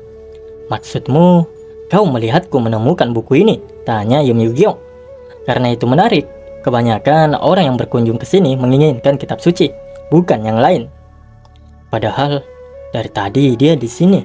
Tapi, aku tidak bisa merasakan apapun. Tingkat seni bela diri lawan berada di luar imajinasiku. Aku harus segera pergi dari sini, gumam Yum Yu-geong. Apa kau mencoba untuk melarikan diri? Itu akan sulit bagimu untuk melarikan diri semudah yang kupikirkan, ucap Socheon. Yum Yu-geong berhasil melewati Socheon. Namun para biksu kuil Shaolin juga menyadari kehadirannya. Dia cukup hebat, tapi apakah dia bisa kabur? Ini adalah kuil Shaolin. Kau tidak akan pernah keluar dari sini, ucapnya dengan santai melihat Yum Yu-geong yang melarikan diri.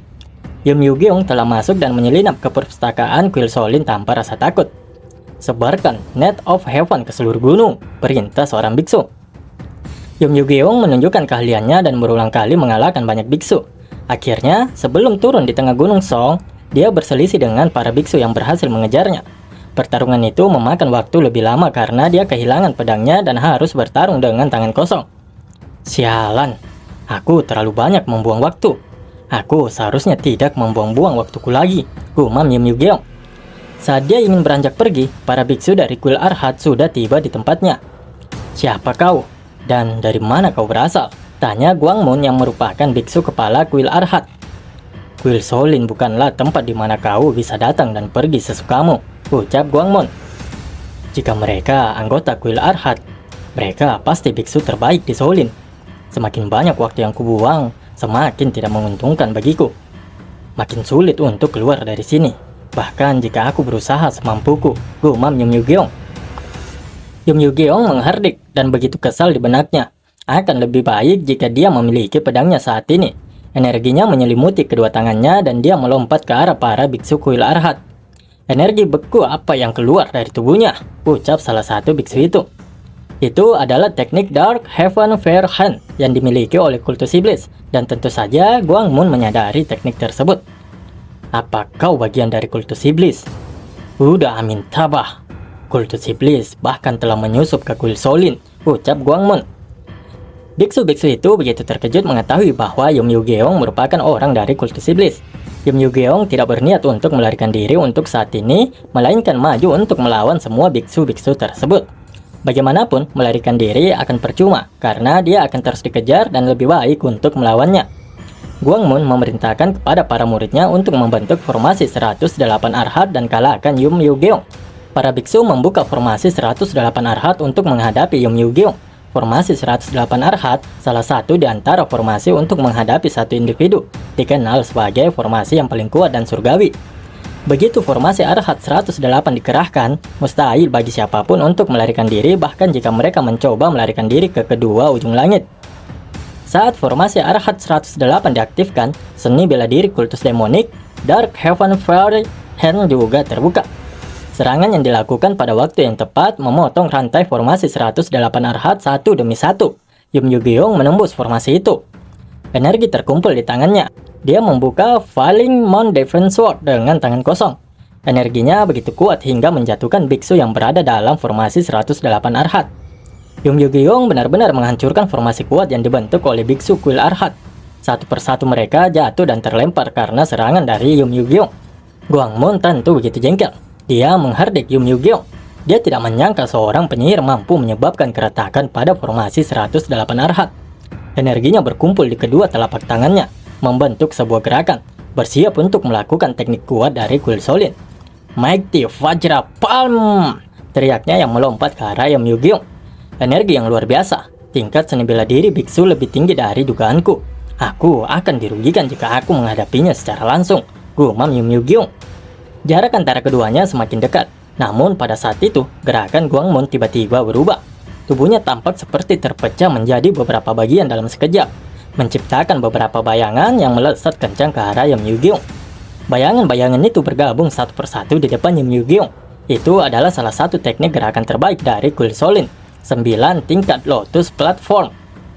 Dalam waktu yang begitu singkat, dia mendekati Yum Yugeong dan membentangkan telapak tangannya lebar-lebar. Naga Giok Body di antara 72 jenis seni bela diri dari Shaolin. Seni bela diri yang dengan bangga menduduki peringkat teratas dibuka.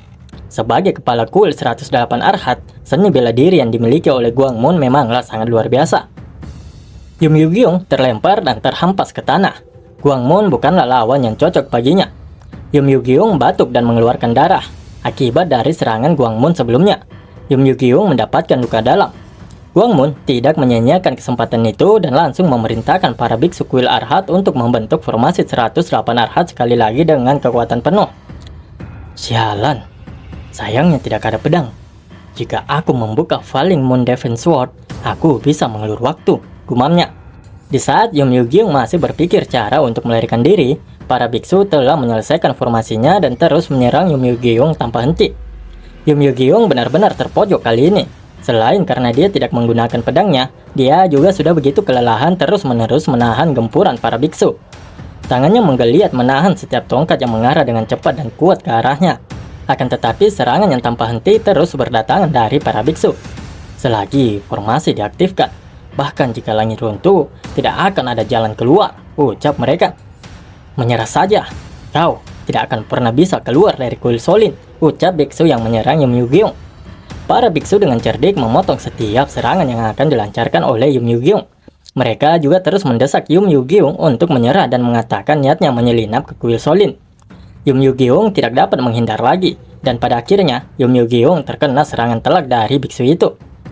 Tombaknya dengan keras menghantam tepat di bawah bahu kiri Yum Yugeong yang membuatnya terlempar ke belakang.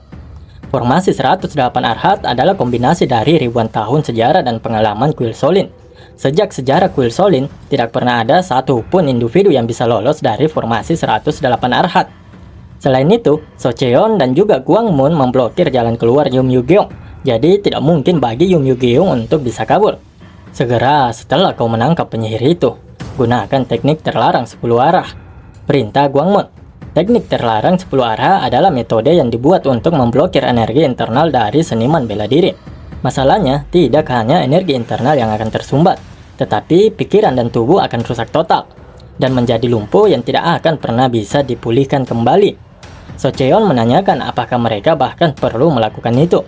Guangmun mengatakan bahwa tidak ada belas kasihan kepada iblis. Socheon, Aku tahu niatmu. Kau ingin terjun dan melawan penyihir kan? Ucap Guangmon. Aku kurang pengalaman pelatihan, balas Socheon. Dia mengatakan jika memungkinkan, dia ingin mendapatkan pengalaman latihan sebanyak mungkin. Kau adalah yang akan memimpin Murim suatu hari nanti. Bagi kuil Solin, kau lebih dari sekedar anggota 9 naga. Bahkan tidak ada satupun kekalahan atau cacat apapun yang dapat diterima, ucap Guangmon. Yum Yugeong terlihat sudah begitu kelelahan dan tak sanggup lagi untuk melawan. Apa aku harus menggunakan pilihan terakhirku, gumamnya. Guangmon menyadari Yum Yugeong saat ini sedang melakukan gerakan yang tidak biasa. Dengan sisa-sisa tenaganya, dia mencoba untuk tetap berdiri. Dia tidak boleh kalah di sini, pikirnya. Auranya meluap-luap, energinya menyelimuti seluruh tubuhnya. Itu merupakan teknik rahasia, namun efek yang ditimbulkannya juga sangat parah. Pada saat ini, sebuah celah saja dapat berakibat fatal. Akan tetapi, Yum Yugeong tidak memiliki pilihan lain lagi selain menggunakan teknik itu. Penyihir itu bertingkah aneh. Ubah formasi 108 Arhat menjadi Heaven and Earth Starting Strike, teriak Guangmon. Heaven and Earth Starting Strike adalah teknik paling kuat di antara 108 formasi Arhat. Tidak ada seniman bela diri yang dapat bertahan di depan kekuatan Heaven and Earth Shattering Strike. Heaven and Earth Shattering Strike memiliki kekuatan yang di luar imajinasi. Mereka melompat bersamaan menuju arah Yum Yugeong. Jika kau tidak ingin mati, maka menyerahlah, ucap mereka.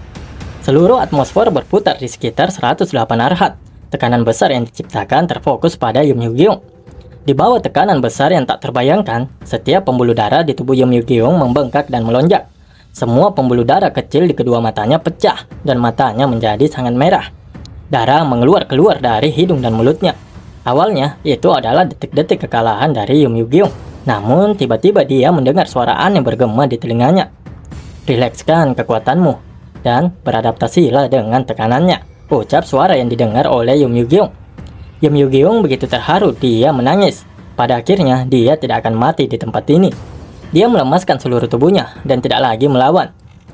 Apa kau sedang santai pada situasi saat ini? Penyihir ini sudah menjadi gila. Dia memiliki keinginan untuk mati, ucap Guangmon. Tapi yang tidak mereka bayangkan adalah sebuah tali tiba-tiba muncul dan langsung melilit tubuh Yum Yugeong. Penyergapan! Dia mencoba menyelamatkan penyihir itu. Hentikan dia! Teriak Guangmon. Berhenti! Kau tidak akan bisa melarikan diri, ucap biksu yang langsung melompat mengejar Yum Yugeong. Akan tetapi, sebelum mereka berhasil mencapai Yum Yugeong, energi dengan tekanan yang kuat dari atas menerjang turun dengan cepat. Para biksu itu terkena serangan tiba-tiba yang membuat mereka memuntahkan darah dan dipukul mundur. Dia mendapatkan bantuan dari seorang kaki tangan. Itu tidak mungkin. Penyihir, berhenti di sana! Teriak Guangmon yang melompat untuk mengejar Yum Yugeong. Dia menyusul dalam sekejap, ucap Yum Yugeong. Kau tidak akan pernah bisa melarikan diri, ucap Guangmon. Itu bantuannya, ucap Guangmon yang melihat seorang pria dengan pakaian hitam dan berambut putih sedang berdiri di atas pohon. Pria itu mengumpulkan energinya di telapak tangannya dan membentuk sebuah bola energi.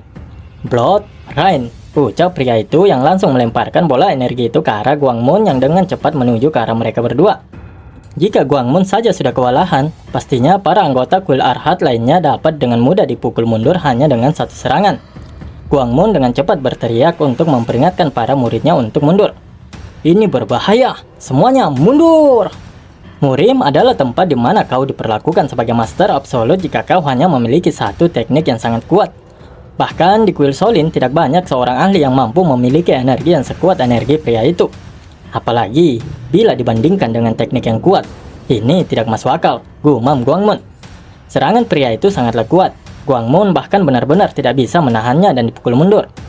Dia memerintahkan para biksu kuil Arhat untuk membentuk formasi 108 Arhat untuk bertahan. Blood Rain dan juga formasi Arhat 108 bertabrakan. Tabrakan kedua teknik itu seolah-olah ada gempa bumi. Tanah berguncang dan atmosfer melonjak gila-gilaan. Area sekitar seolah tersapu oleh badai besar. Pepohonan tumbang dan batu besar berguling di tanah, berterbangan ke segala arah. Setelah angin puyuh hiruk-pikuk mengakibatkan pemandangan yang benar-benar suram. Syukurnya bagi kuil Solin, tidak ada satupun kematian dari anggota kuil Arhat. Tapi wajah mereka menunjukkan tanda-tanda kesengsaraan. Formasi pertahanan 108 Arhat yang seharusnya tidak terkalahkan hancur berantakan. Legenda tak terkalahkan telah runtuh. Sungguh sulit dipercaya. Gumam Guangmun yang sama sekali tidak menyangka bahwa formasi pertahanan mereka akan dihancurkan dengan mudah. Orang yang datang untuk menyelamatkan Yum Yugeong hanya seorang diri. Legenda tak terkalahkan itu dihancurkan oleh satu orang. Siapa dia? Munculnya monster absolut yang tidak pernah aku bayangkan sebelumnya. Bahkan menakutkan jika membayangkan akibat seperti apa yang akan dia bawa ke murim, gumamnya. Mungkinkah Socheon? Ucap Guangmun yang baru tersadar jika Socheon sudah tidak ada lagi di sampingnya. Pria itu berhasil meloloskan diri dengan mudah dan membawa Yum Yugeong untuk menjauh dari biksu-biksu kuil Arhat. Aku terlambat.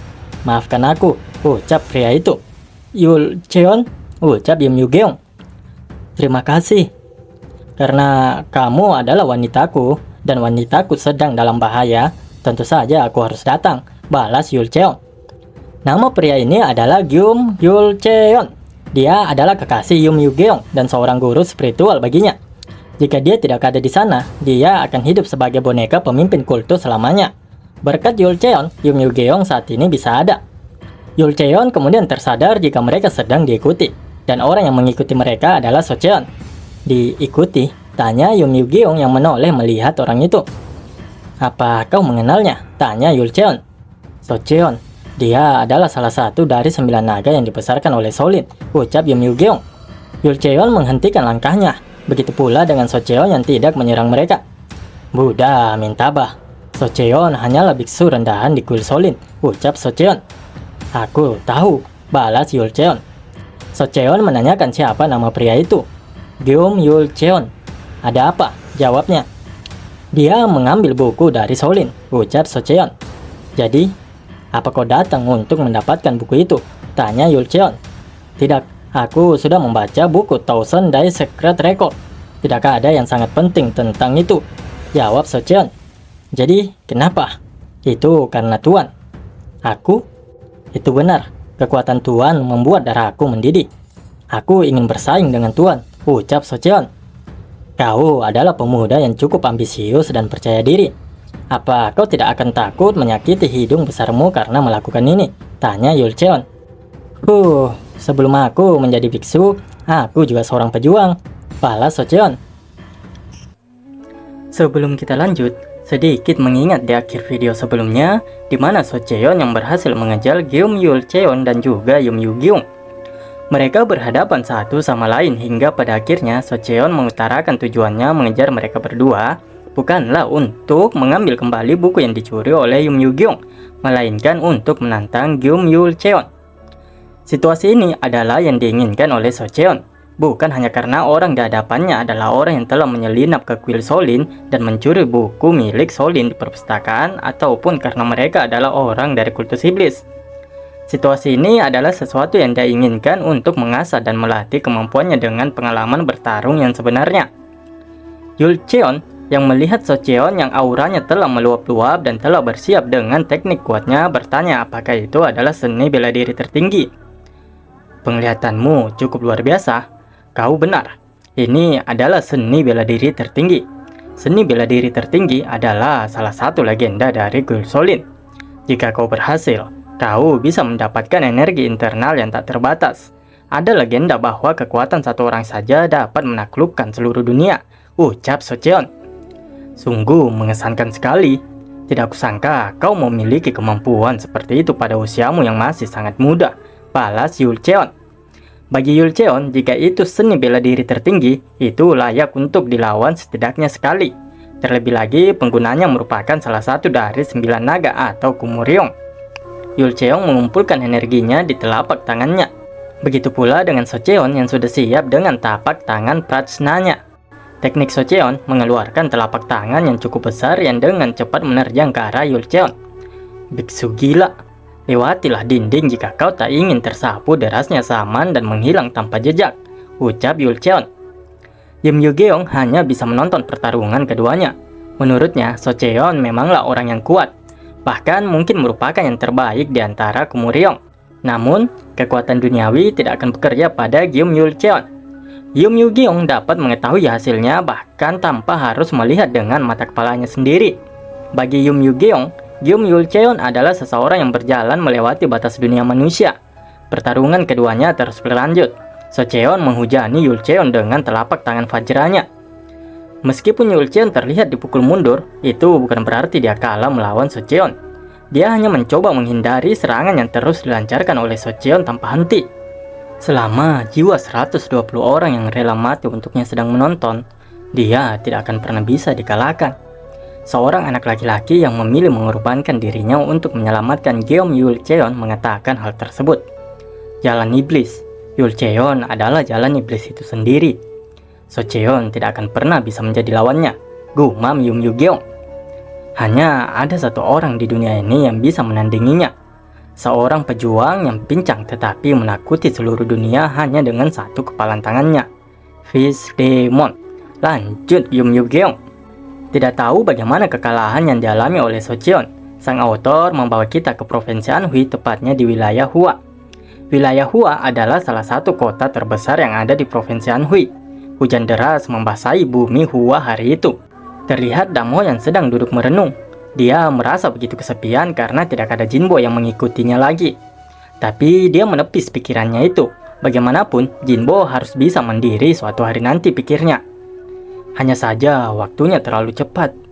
Hwang Kyungmon dan Garyong akan merawatnya dengan baik. Satu-satunya hal yang kusesali adalah aku tidak bisa menciptakan seni bela diri yang cocok untuknya. Itu akan membutuhkan waktu yang cukup lama. Jika aku terus berusaha, suatu hari nanti aku pasti akan dapat menciptakan seni bela diri untuk Jinbo, gumam Damho. Tidak lama kemudian, masuklah seorang pria yang lumayan tua dan juga seorang gadis yang cantik. Mereka kehujanan di perjalanan dan memutuskan untuk beristirahat di penginapan tersebut. Si Pak Tua mengatakan bahwa tidak ada yang dapat dilakukan ketika hujan turun begitu deras seperti ini. Tidak ada pilihan lain selain berteduh untuk sementara waktu. Aku sedang terburu-buru, ucap si gadis. Meskipun begitu, kita akan tertunda paling lama setengah hari. Situasinya tidak akan separah ini nantinya, ucap Pak Tua. Ya, bagaimana manusia bisa menentang kehendak surga? Bahkan cuaca saja tidak kooperatif untuk saat ini. Baiklah, mari kita santai saja hari ini. Kamu juga sudah banyak menderita sampai sekarang. Bagaimana kalau kita makan banyak hari ini? Balas si gadis. Apa nona muda berencana untuk tinggal di sini? Tanya Pak Tua itu. Huaro, kamu punya banyak uang loh kan? Balas si nona. Uangku adalah semua dana publik. Balas Pak Tua itu. Apa kau akan melakukan ini seperti Miser? Tanya si nona. Masalah publik dan pribadi harus dibedakan dengan tegas, nona. Balas si Pak Tua itu dengan alibi. Ya, maksudnya biar si nona yang membayarkannya. Dan pada akhirnya si nona itu menghela nafas dan akan mentraktir Pak Tua tersebut. Pak Tua itu tentu saja berterima kasih atas traktiran tersebut. Makanan apa yang bisa kamu masak? Tanya Huaro pada gadis kecil yang melayani mereka. Aku bisa melakukan apa saja. Ayahku yang memasaknya, jawab gadis kecil itu. Gadis kecil itu memuji kecantikan yang dimiliki oleh si nona tersebut. Si nona juga melemparkan pujian terhadap gadis kecil tersebut. Si gadis menanyakan siapa nama nona itu. Nona itu mengatakan kalau namanya adalah Jong Ri-yun. Dia adalah seorang dokter dan dipanggil sebagai Divine Doctor atau dokter dewa. Namanya juga cantik. Tunggu sebentar ya. Aku akan segera kembali, ucap si gadis pada Dokter Hyun dan juga Huaro. Huaro menatap Damho yang tidak jauh dari tempat mereka duduk. Tentu saja Damho menyadari hal tersebut. Betapa terkejut dan takutnya dia ketika menyadari tatapan Damho yang begitu mengintimidasi. Dia merasakan seluruh tubuhnya merinding dengan luar biasa hingga ke tulang belakangnya. Sekarang aku sudah pensiun dan bekerja sebagai pendamping. Tapi dulu, aku adalah seorang master yang membuat nama untuk diri sendiri di murim. Namun, kenapa aku sangat gugup setelah melihatnya? Siapa sebenarnya orang itu? Gumam Huaro di benaknya. Dr. Ryun yang menyadari perubahan ekspresi dari Huaro menanyakan apakah terjadi sesuatu. Namun, Huaro menyangkalnya dan mengatakan bahwa tidak ada apa-apa. Dr. Ryun mengetahui bahwa ekspresi Huaro barusan merupakan sebuah ekspresi dari seseorang yang merasakan ketakutan yang kuat. Tadi mata Huaro jelas tertuju pada orang itu. Apa ada yang spesial darinya? Tanyanya di benaknya sembari menoleh melihat Damho. Dokter Dewa, Jong Ryun, apakah dia ada di sini? Ini penting. Kita harus segera membawanya ke keluarga Namgong, ucap beberapa prajurit klan Namgong yang baru saja tiba di tempat tersebut. Dia langsung menuju ke tempat Jong Ryun dan menanyakan apakah dia benar adalah nona muda Jong Ryun si dokter dewa itu. Dokter Ryun menanyakan ada apa menemuinya. Kami dari klan Namgong. Saat ini klan Namgong membutuhkan bantuan nona muda, ucapnya pada dokter Ryun. Tolong bantu klan Namgong kami nona muda Jong Ryun, lanjut Namgong Jang Giyong yang memohon kepada Ryun. Apa yang harus kulakukan?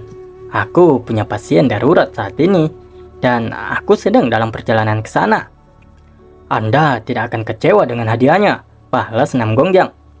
Dia juga mengatakan bahwa dia tidak tahu bagaimana kondisi orang itu, tapi dia meminta dokter Ryun untuk mengubah pikirannya dan segera mengikuti mereka ke klan Namgong. Dokter Ryun mengatakan bahwa itu adalah permintaan yang sulit. Bagaimanapun, saat ini seorang pasien yang berada antara hidup dan mati sedang menunggunya. Aku juga sama. Aku tidak tahu siapa yang memanggil dokter dewa. Tapi jika orang itu juga memahami situasinya, mereka akan memaafkannya, ucap Namgong Jang dan langsung disanggah oleh dokter Ryun. Itu tidak mungkin. Aku akan merawat pasien yang membuat janji sebelumnya sesegera mungkin dan mengurus urusan klan Namgong, ucap dokter Ryun. Jawaban dari dokter Ryun membuat Namgong Jang tidak tahan lagi dan mulai marah. Nona muda Jongri, akan sulit jika Anda melakukan hal itu. Kami adalah keluarga Namgong. Apapun yang terjadi, kami harus membawamu bersama kami ke klan Namgong, ucap Namgong Jang dengan nada yang mengancam. Orang yang bertakwa tidak boleh mempertimbangkan arti hidup berdasarkan status sosial. Seseorang harus terlebih dahulu menawarkan keahlian medisnya kepada mereka. Itulah yang diajarkan oleh masterku, Hual Son. Dia mengajarkan hal tersebut sebelum mengajariku ilmu kedokteran, dan aku akan mengikuti ajaran masterku, ucap dokter Ryun. Namgong Jang kehabisan kesabaran. Dia ingin membawanya dengan kekerasan. Dokter Ryun tidak akan mengerti jika hanya dengan kata-kata pikirnya. Namgong Jang kemudian meraih pedangnya dan mengatakan pada dokter Ryun jika dia akan membawa dokter Ryun dengan kekuatannya. Apa yang akan kau lakukan? Tanya dokter Ryun. Maafkan kekerasan kami, balas Namgong Jang. Huaro yang sedari tadi hanya diam kini juga tidak bisa menahan amarahnya lagi. Dia berdiri dan energinya keluar dari tubuhnya. Sejak kapan klan Namgong menjadi sangat kasar? Ucap Huaro. Saat ini Huaro tidak memperlihatkan penampilan seorang lelaki tua yang bercanda dengan Jong Ryun sebelumnya. Aura seperti embun beku memancar dari seluruh tubuhnya. Reaksi yang diperlihatkan oleh Huaro membuat Namgong Jang menjadi takut dan ragu untuk mengambil tindakan. Dia hanya orang tua biasa. Ketika dia melangkah maju, kehadirannya menjadi sangat berbeda. Seorang master yang luar biasa, gumam Namgong Jang. Siapa orang tua ini? Tanyanya. Aku hanyalah orang tua yang terlilit hutang, jawab Huaro. Hutang? Balas Namgong Jang. Wanita muda ini menyelamatkan hidupku. Hutang sialan ini. Entah itu rentenir atau bukan. Bunganya terus bertambah dan aku masih belum bisa lepas darinya, ucap Huaro. Sementara itu, dokter Ryun yang berada di sampingnya hanya bisa menghembuskan nafasnya mendengar ucapan Huaro. Jika nona mudamu bekerja sama sekali saja, kita tidak punya alasan untuk bertarung, ucap Namgong Jang. Aku sendiri sudah bilang hal itu kepada wanita muda ini berkali-kali. Jadilah fleksibel. Begitulah cara hidup di dunia ini. Tapi dia sangat keras kepala sehingga dia jarang mendengarkanku. Dia lebih keras kepala daripada keledai, ucap Huaro. Sikap keras kepala itu dapat menimbulkan konflik, ucap Namgong Jang dengan nada mengancam. Mungkin, tapi aku suka sifat keras kepalanya itu. Dia mencoba untuk tetap berpegang pada prinsip dan keyakinannya sendiri dengan segala cara. Sayangnya, hanya ada sedikit orang seperti itu saat ini, balas Huaro. Namgong Jang mengatakan bahwa mereka berasal dari klan Namgong. Namun Huaro masih berani bersikap menentang terhadap mereka. Huaro tak goyah. Dia sudah mengatakan bahwa dokter Ryun telah menyelamatkan hidupnya. Huaro dapat menjalani kehidupan keduanya karena dokter Ryun yang telah menolongnya. Dan dia tidak memiliki alasan untuk takut akan kematian. Menurutmu, apakah aku akan takut mati? Tanyanya pada Namgong Jang. Persetan. Ingatlah ini. Mulai sekarang, segala sesuatu yang terjadi di penginapan ini adalah tanggung jawabmu dan milikmu sendiri, ucapnya pada Huaro. Saksi tidak diperlukan untuk apa yang akan terjadi. Bunuh mereka semua dan hancurkan buktinya, perintah Namgongjang pada para bawahannya. Huaro dan Dr. Hyun tentu saja begitu terkejut mendengar perintah Namgongjang pada bawahannya. Mereka berdua tidak menyangka bahwa Namgongjang ingin membunuh semua orang yang ada di sini. Gadis kecil itu terlihat begitu ketakutan. Sang ayah hanya bisa memeluknya dan menenangkan gadis kecil itu. "Apa yang sedang kau lakukan? Berhenti," ucap Dr. Hyun. "Kaulah yang menyebabkan hal ini." "Mulai!" teriak Namgongjang memerintahkan para bawahannya untuk segera membunuh orang-orang di sana. Sementara itu, Damho yang juga berada di tempat tersebut sedari tadi hanya diam dan tidak melakukan ataupun mengatakan apapun hingga saat ini. Warrior klan Namgong mulai maju mendatangi satu persatu orang di sana. "Bunuh mereka, jangan biarkan di antara mereka satupun ada yang hidup," ucap para warrior klan Namgong. Warrior klan Namgong itu mengatakan pada orang di depannya untuk menyalahkan Huaro dan juga Dr. Hyun atas apa yang menimpa mereka hari ini. Tentu saja mereka semua menjadi ketakutan. Selain klan Namgong yang merupakan klan besar yang terkenal, tidak satupun di antara mereka yang tahu bela diri kecuali Huaro dan juga Damho. Namun, pada saat warrior klan Namgong itu ingin menebaskan pedangnya, sebuah tinju terlebih dahulu mendarat tepat di wajahnya. Namgongjang yang membelakangi orang itu sontak saja menjadi begitu kaget. Mengapa ada orang yang begitu berani mengganggu mereka, pikirnya. Apa? Kehadiran yang sangat kuat. Energi busuk yang keluar dari tubuhnya. Aku belum pernah merasakan energi yang begitu kasar dan keras. Keberadaan yang sangat luar biasa. Mengapa aku tidak menyadarinya? Gumam Namgongjang. Energi yang dihasilkan dari seni bela diri hati gelap keluar meluap-luap di sekitar tubuh Damho. Namgongjang tentu semakin panik melihatnya. Jika dia tahu ada orang seperti itu di tempat ini, dia tidak akan dengan mudah memberikan perintah secara tergesa-gesa untuk membunuh mereka semua. Sejak pertama kali aku melihatnya, aku tahu dia luar biasa. Tapi dia adalah master yang lebih hebat dari yang kubayangkan, gumam Huaro. Begitu pula dengan Dr. Hyun yang tidak kalah terkejutnya dengan Huaro dan Namgongjang yang melihat Damho. "Siapa kau?" "Apa itu penting?" jawab Damho. Damho mulai berjalan menuju orang-orang klan Namgong. Seorang seniman bela diri yang pincang. Hanya ada satu orang seperti itu di murim saat ini. Hanya ada dua nama yang membuat seluruh murim merinding karena ketenarannya. "Damho," gumam Namgongjang yang semakin panik. Kau adalah Damho," ucap Namgongjang. "Damho? Fish Demon? Maksudmu Fish Demon itu ada di penginapan ini?" ucap para bawahannya yang juga mulai panik. Semua orang di sana begitu terkejut. Namun bagi anggota klan Namgong itu bukan hanya sebuah keterkejutan semata. Sialan, dia menghalangi klan Namgong pada saat setiap krisis. Tuan muda kedua klan Namgong, Namgongso juga kehilangan nyawanya karena dirinya, ucap Namgongjang ketakutan.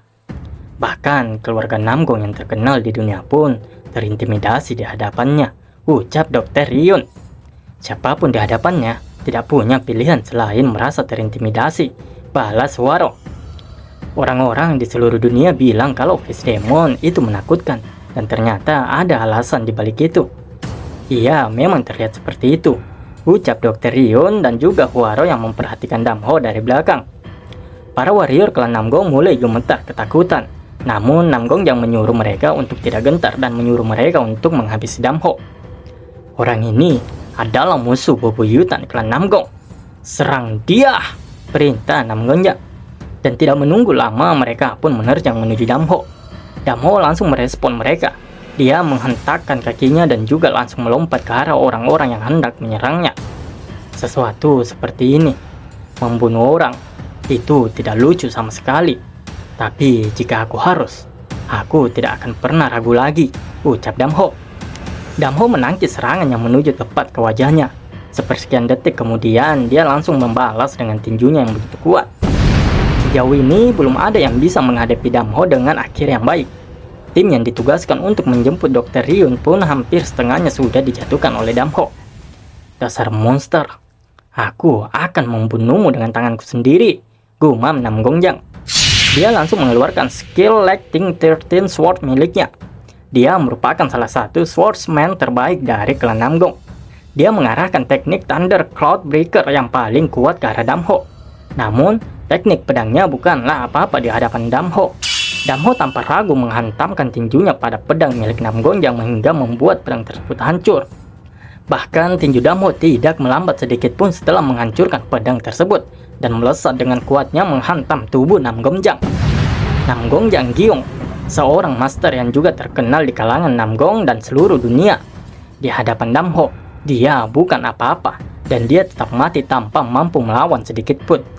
Pemandangan di dalam penginapan begitu mengerikan dengan mayat yang berserakan serta hancur hampir di setiap sudut penginapan. Itu adalah pertarungan dengan hasil yang sudah jelas sejak awal. Kehidupan di penginapan padam satu persatu. Itu juga merupakan pemandangan yang tak tertahankan bagi Jong Ryun. Pembunuhan brutal terjadi tepat di hadapannya yang merupakan seseorang yang mencari nafkah dengan menyelamatkan nyawa orang lain. Penampilan Damho saat ini tidak kalah menyeramkan. Seluruh tubuhnya berlumuran darah dan matanya bersinar karena kegembiraan. Itu membuat orang lain menjadi sangat takut untuk melihatnya bahkan jika itu di dalam mimpi. Huaro yang merupakan seorang veteran murim memiliki kebanggaan tersendiri karena telah mengalami berbagai pertempuran dan konflik. Namun sejauh itu, dia belum pernah melihat kehadiran seperti Damho. Kehadiran yang bisa menimbulkan rasa takut bahkan pada orang yang hanya sekedar menontonnya. Seseorang yang berdiri di ujung yang berlawanan dalam menyelamatkan nyawa. Tubuhnya memancarkan aura kematian. Fish Demon, orang yang membawa kematian itu sendiri, gumam Dr. Ryun yang masih gemetar dengan kejadian yang dia saksikan itu. Yah, itulah kesan pertama yang ditangkap Dr. Ryun terhadap sosok Damho yang lebih dikenal dengan sebutan Fish Demon. Klan Namgong, mereka adalah keluarga bergengsi, penguasa provinsi Anhui dan anggota dari 5 keluarga atau klan besar. Klan Namgong terletak di pinggiran Hefei, ibu kota provinsi Anhui. Di belakang wilayah itu ada gunung yang cukup besar menjulang seperti layar, dan di depannya mengalir sungai yang besar. Letak geografis yang sempurna karena didukung oleh pegunungan yang menghadap ke perairan. Selain itu, hanya ada satu jembatan yang melintasi sungai sebagai pintu masuk ke wilayah desa itu. Selama jembatan itu dijaga, itu adalah medan surgawi yang tidak dapat diserbu oleh musuh. Di tengah semua itu, keluarga Namgong telah menetapkan kedudukannya. Jika aula mitos adalah kediaman kepala keluarga Namgong, maka aula resonansi pedang adalah kediaman tuan muda keluarga tersebut. Di dalam kediaman tuan muda, terlihat Sword King Namgong Cheon yang merupakan kepala keluarga Namgong menanyakan apakah Dokter Dewa masih belum sampai juga. Yang Gyeong yang memimpin anak buahnya, jadi mereka akan segera kembali, jawab Namgong Hwa, tetua keluarga Namgong. Namgong Cheon menanyakan jika itu Dokter Dewa, maka dia pasti bisa kan menyembuhkan Mujin. Namgong Hwa meyakinkan kepala keluarga Namgong itu dengan mengatakan jika Dokter Dewa, Jong Ryun tidak bisa menyembuhkan Tuan Muda Mujin, maka tidak ada dokter di dunia ini yang bisa menyembuhkannya. Orang yang sakit adalah saudara dari Namgong Cho, Tuan Muda Namgong Mujin dari keluarga Namgong. Apa aku terlalu terburu-buru? Mujin ingin mempelajari gaya Sword King. Aku tidak bisa mewariskan gaya Sword King sampai dia resmi menjadi kepala keluarga. Tapi aku rela mewariskannya kepada Mujin. Mujin tidak mengkhianati ekspektasiku dan dia menguasai Sword King dengan cepat. Akan tetapi, ternyata itu beracun. Mujin, karena haus akan perkembangan yang cepat, dia menjadi lebih ambisius. Dan karena tergesa-gesa, dia akhirnya jatuh ke dalam penyimpangan Qi.